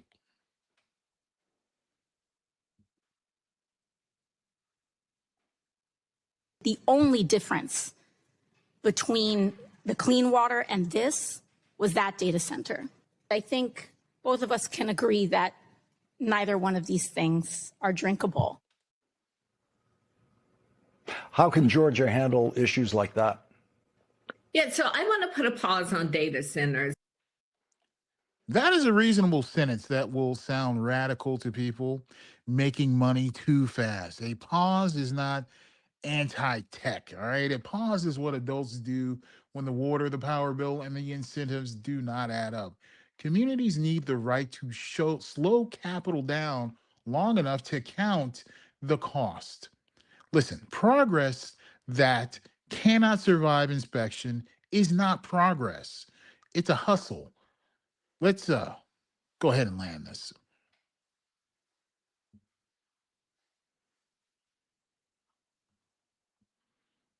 We don't know the difference between fact and fiction when it comes to data centers in the state. Obviously, when you see examples like that, you know that something's gone terribly wrong. People are attributing data centers to the rising utility costs. And also, people are concerned about the overall impact on the environment. We've heard stories around the state of people saying that their water supply has been significantly reduced when data centers come up in their backyard. And it's a very often a complicated discussion because there are some cities who have asked and appreciated the economic boom that the data centers are bringing, but obviously balancing that with what communities are feeling and what their concerns are. So I am asking for a pause for us to do a deep dive and understand if the billions of dollars in incentives that were given to attract these data centers have been worth it. Georgia Democratic gubernatorial nominee, Keisha Lance Bottoms, thank you very much for joining us. Please come back during the campaign. Thank you. Subscribe now to the Explicit Voice of America. See how I took advantage of that right there? That's not even my screen right here. So, listen, the verdict is that Georgia is not just a Trump loyalty contest, okay? It is a test of whether politics can talk about the things people actually feel, like costs, hospitals, utilities, water, and whether the future is being built on somebody else's sacrifice. This is where XVOA, the Explicit Voice of America, lives. Not just the palace fight, the water glass, the hospital sign, the bill on the table. The machinery of power is most visible when you follow who gets the incentive and who gets the dirty water. Now, we end somewhere that might seem softer, but it is connected. Yeah, Lupita Nyong'o. We're talking about beauty. We are talking about mythology and who gets to be imagined as universal. So, for those of you that just entered the room, Pamela Reynando, why are you late? No, I'm just kidding. Thank you for joining us here. We have looked at the machinery from Congress to state maps, to media companies, to sports institutions, local economies, hospitals, and water. Okay, we are going to close it off. It's been over 2 hours. Okay, it's time to wrap it up. And we're going to wrap it up with Lupita Nyong'o because culture is not some side issue here. Okay, imagination is one of the places power guards the gate. So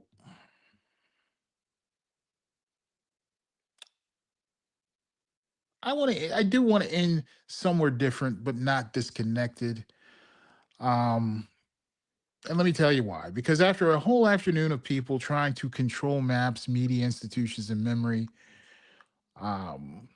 this right here may seem like it's not connected, but it is. Lupita Nyong'o is playing Helen of Troy in Christopher Nolan's The Odyssey, just in case you didn't know that. And just in case you didn't know this, some people lost their minds because a Black woman was cast as a figure mythologized as the world's most beautiful woman. Let me get this Grio article up here. My producer. Oops. What did I do here? My producer was supposed to have this part ready.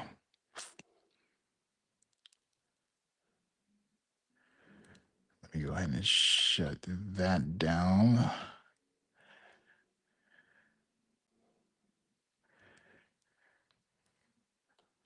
Let's kill that.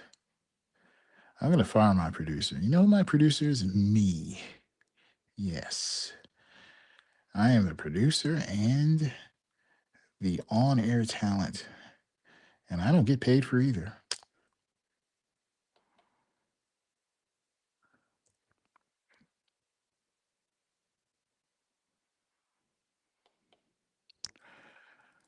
It's a video phone. There we go. Blah, blah, blah, blah. There we go. Okay, let me put this up so everybody can see it. Nope, not that one. That one, that one. There we go. You can't perform beauty. This is the article. Lupita Nyong'o finally addresses criticism over playing Helen of Troy. Nyong'o says she isn't focused on defending her casting in Christopher Nolan's The Odyssey and instead centered the work on herself. Hold on, I'm just checking out some notes here.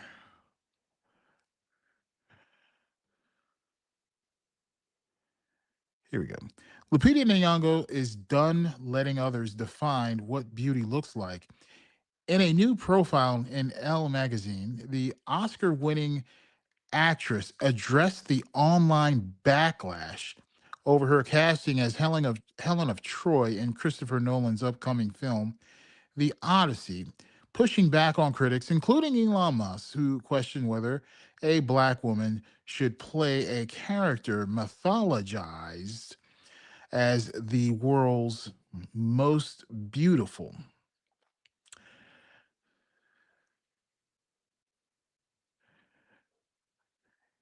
As the Griot previously reported, Alec Baldwin publicly defended Nyong'o after Musk amplified conservative commentator Matt Walsh, who is a piece of garbage. I talked about him, what was it, 2 days ago, 3 days ago in my last live? Matt Walsh's objections to the casting, and Nyong'o has spoken openly about Hollywood's history of trying to, I hate it when the page jumps around when I'm trying to read, Hollywood's history of trying to limit her to slave roles after her Oscar win. The Hollywood Reporter reported that the controversy heated up last week when Walsh posted that Nolan was a coward, too afraid to do anything that even slightly challenges the spirit of the age. Can you imagine that? Nolan is a coward for personally making the decision to cast Lupita in this role. Musk, of course, had to jump in because, you know, he has nothing else better to do, I guess, besides running several 500 Fortune 500 country companies and trying to launch, or actually did launch a rocket into space yesterday. I can see him while he's got his phone in one hand, right? Or his iPad in one hand. He's monitoring the space launch, and he's got his phone in the other hand. He's keeping track of who's saying what about Lupita. Crazy. So when Walsh posted that Nolan was a coward, okay, I read that part. Musk replied to the post with a single word: true. He's a busy man. He doesn't have time to write sentences, I guess. You can't perform beauty, is what she told Elle. Okay? And I want to say something about that here.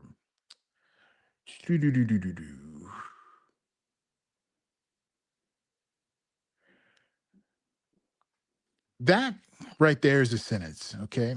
What did she say? You can't perform beauty because beauty is not just symmetry and approval. Beauty is presence.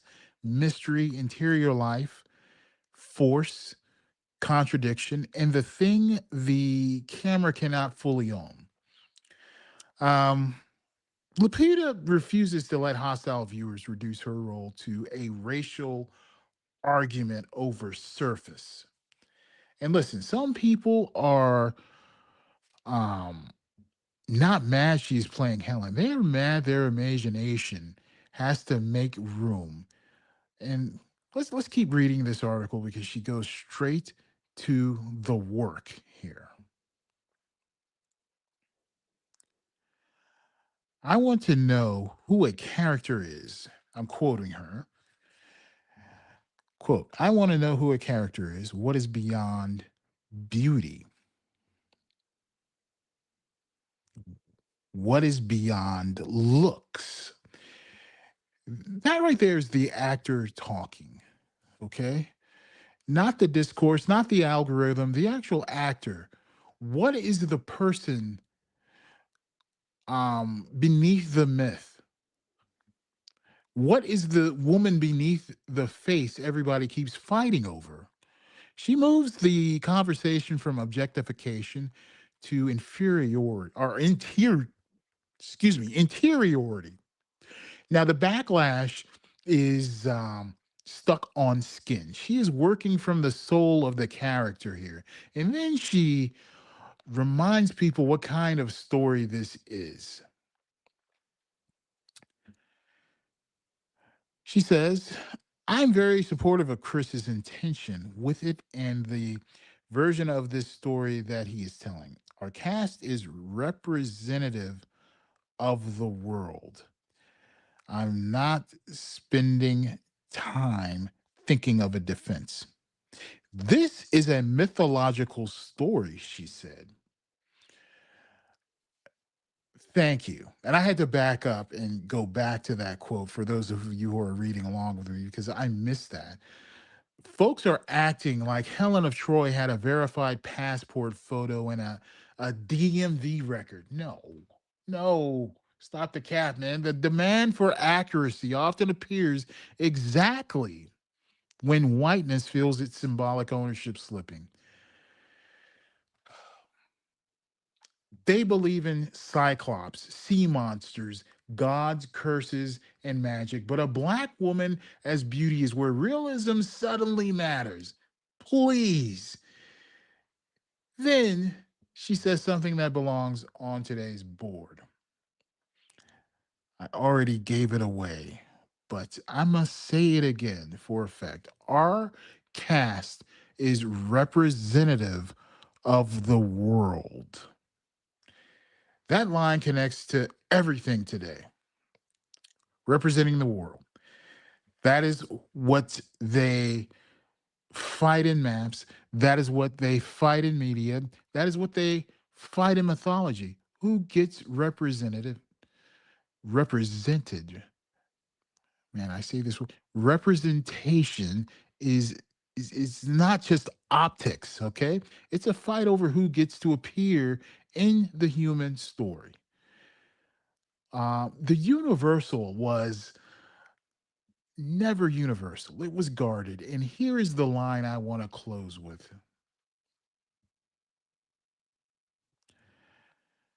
I'm just going to go ahead and skip to it.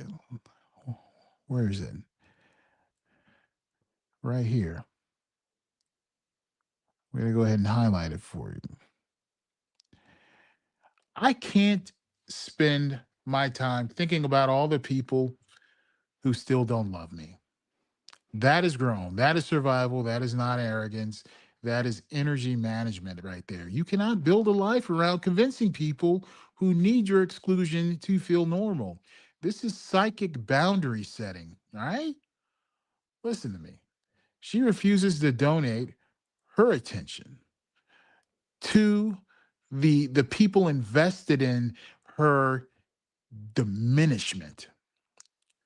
Put her page up. Let me get rid of that right there. Listen, do not build your altar in the comment section of people who hate your reflection. And she lands it right here. I'm not going to go back down. I'm just going to read the quote. I want to believe I'm built to last. Okay. That is the note. Not built to argue with Elon Musk, not built to defend her beauty to Matt Walsh, that piece of garbage, and built to last. All right. The deepest answer to backlash is not debate. It is endurance with excellence. She does not owe them a defense. All right. She owes the work her full power. That's it. Now, the verdict here is that Lupita is not fighting to be declared beautiful by people whose imagination was colonized before the movie even started. She is doing the work. That is the answer. Today started with maps and ends with myth. Same fight. Who gets placed inside the story? Who gets removed from the map? Who gets the microphone? Who gets called beautiful? Who gets told to wait outside while power decides what is legitimate? The bridge they keep building up is not only political, it is cultural, aesthetic, psychological, spiritual. And that is where we land this today. That is the stream. I'm sticking with it. If you were here live, you were early. If you are watching the replay, you are still in the room. Today, we watched the same pattern move through different countries. January 6th gets rewritten. A grievance fund tries to become policy. A South Carolina map tries to cut black voters out before the ballot can speak. Corporate media gets reminded who owns the building. Black athletes get asked what institutions owe when democracy is under attack. A fellow black officer mistakes his personal access for collective freedom. Georgia reminds us that politics is water, hospitals, bills, and survival. And Lupita Nyong'o reminds the world that beauty doesn't need your permission from peoples whose imagination was built like some gated community.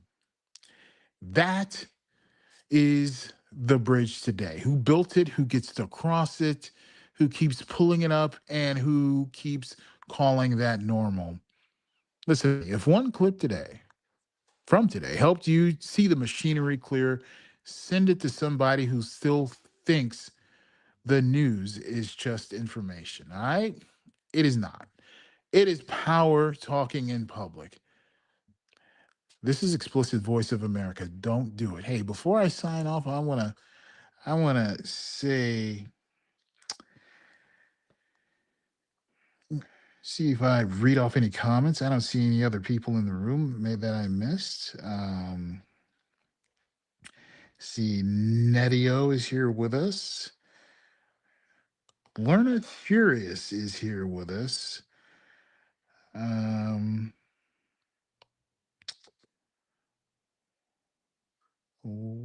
See if there's any comments. No. See you tomorrow. Nope. Okay. That is it. I want to thank you all for joining us. I want to first, I want to thank you for tapping that like button. You guys were fantastic.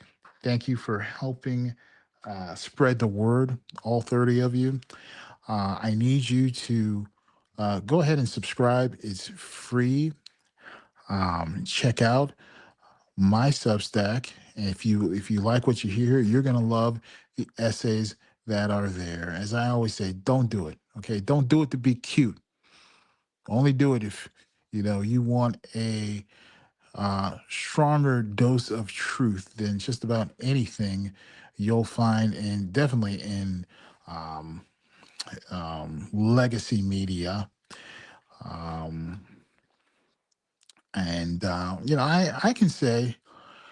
can probably say that you will not see any video presentations as concise and as thorough as this on all of Substack. You will not find it. So, I'm tough on myself as an artist. 90% of what I make, I don't like, but I can truly say I don't hate this, right? I spent, you don't want to know how long I spent on this. I'll tell you, I spent over 20 hours working on the script, working on putting the video presentations together. I'm playing dual roles here. I'm the writer. Well, actually 3 roles. I'm the writer, on-air talent, and the producer. Man. All right.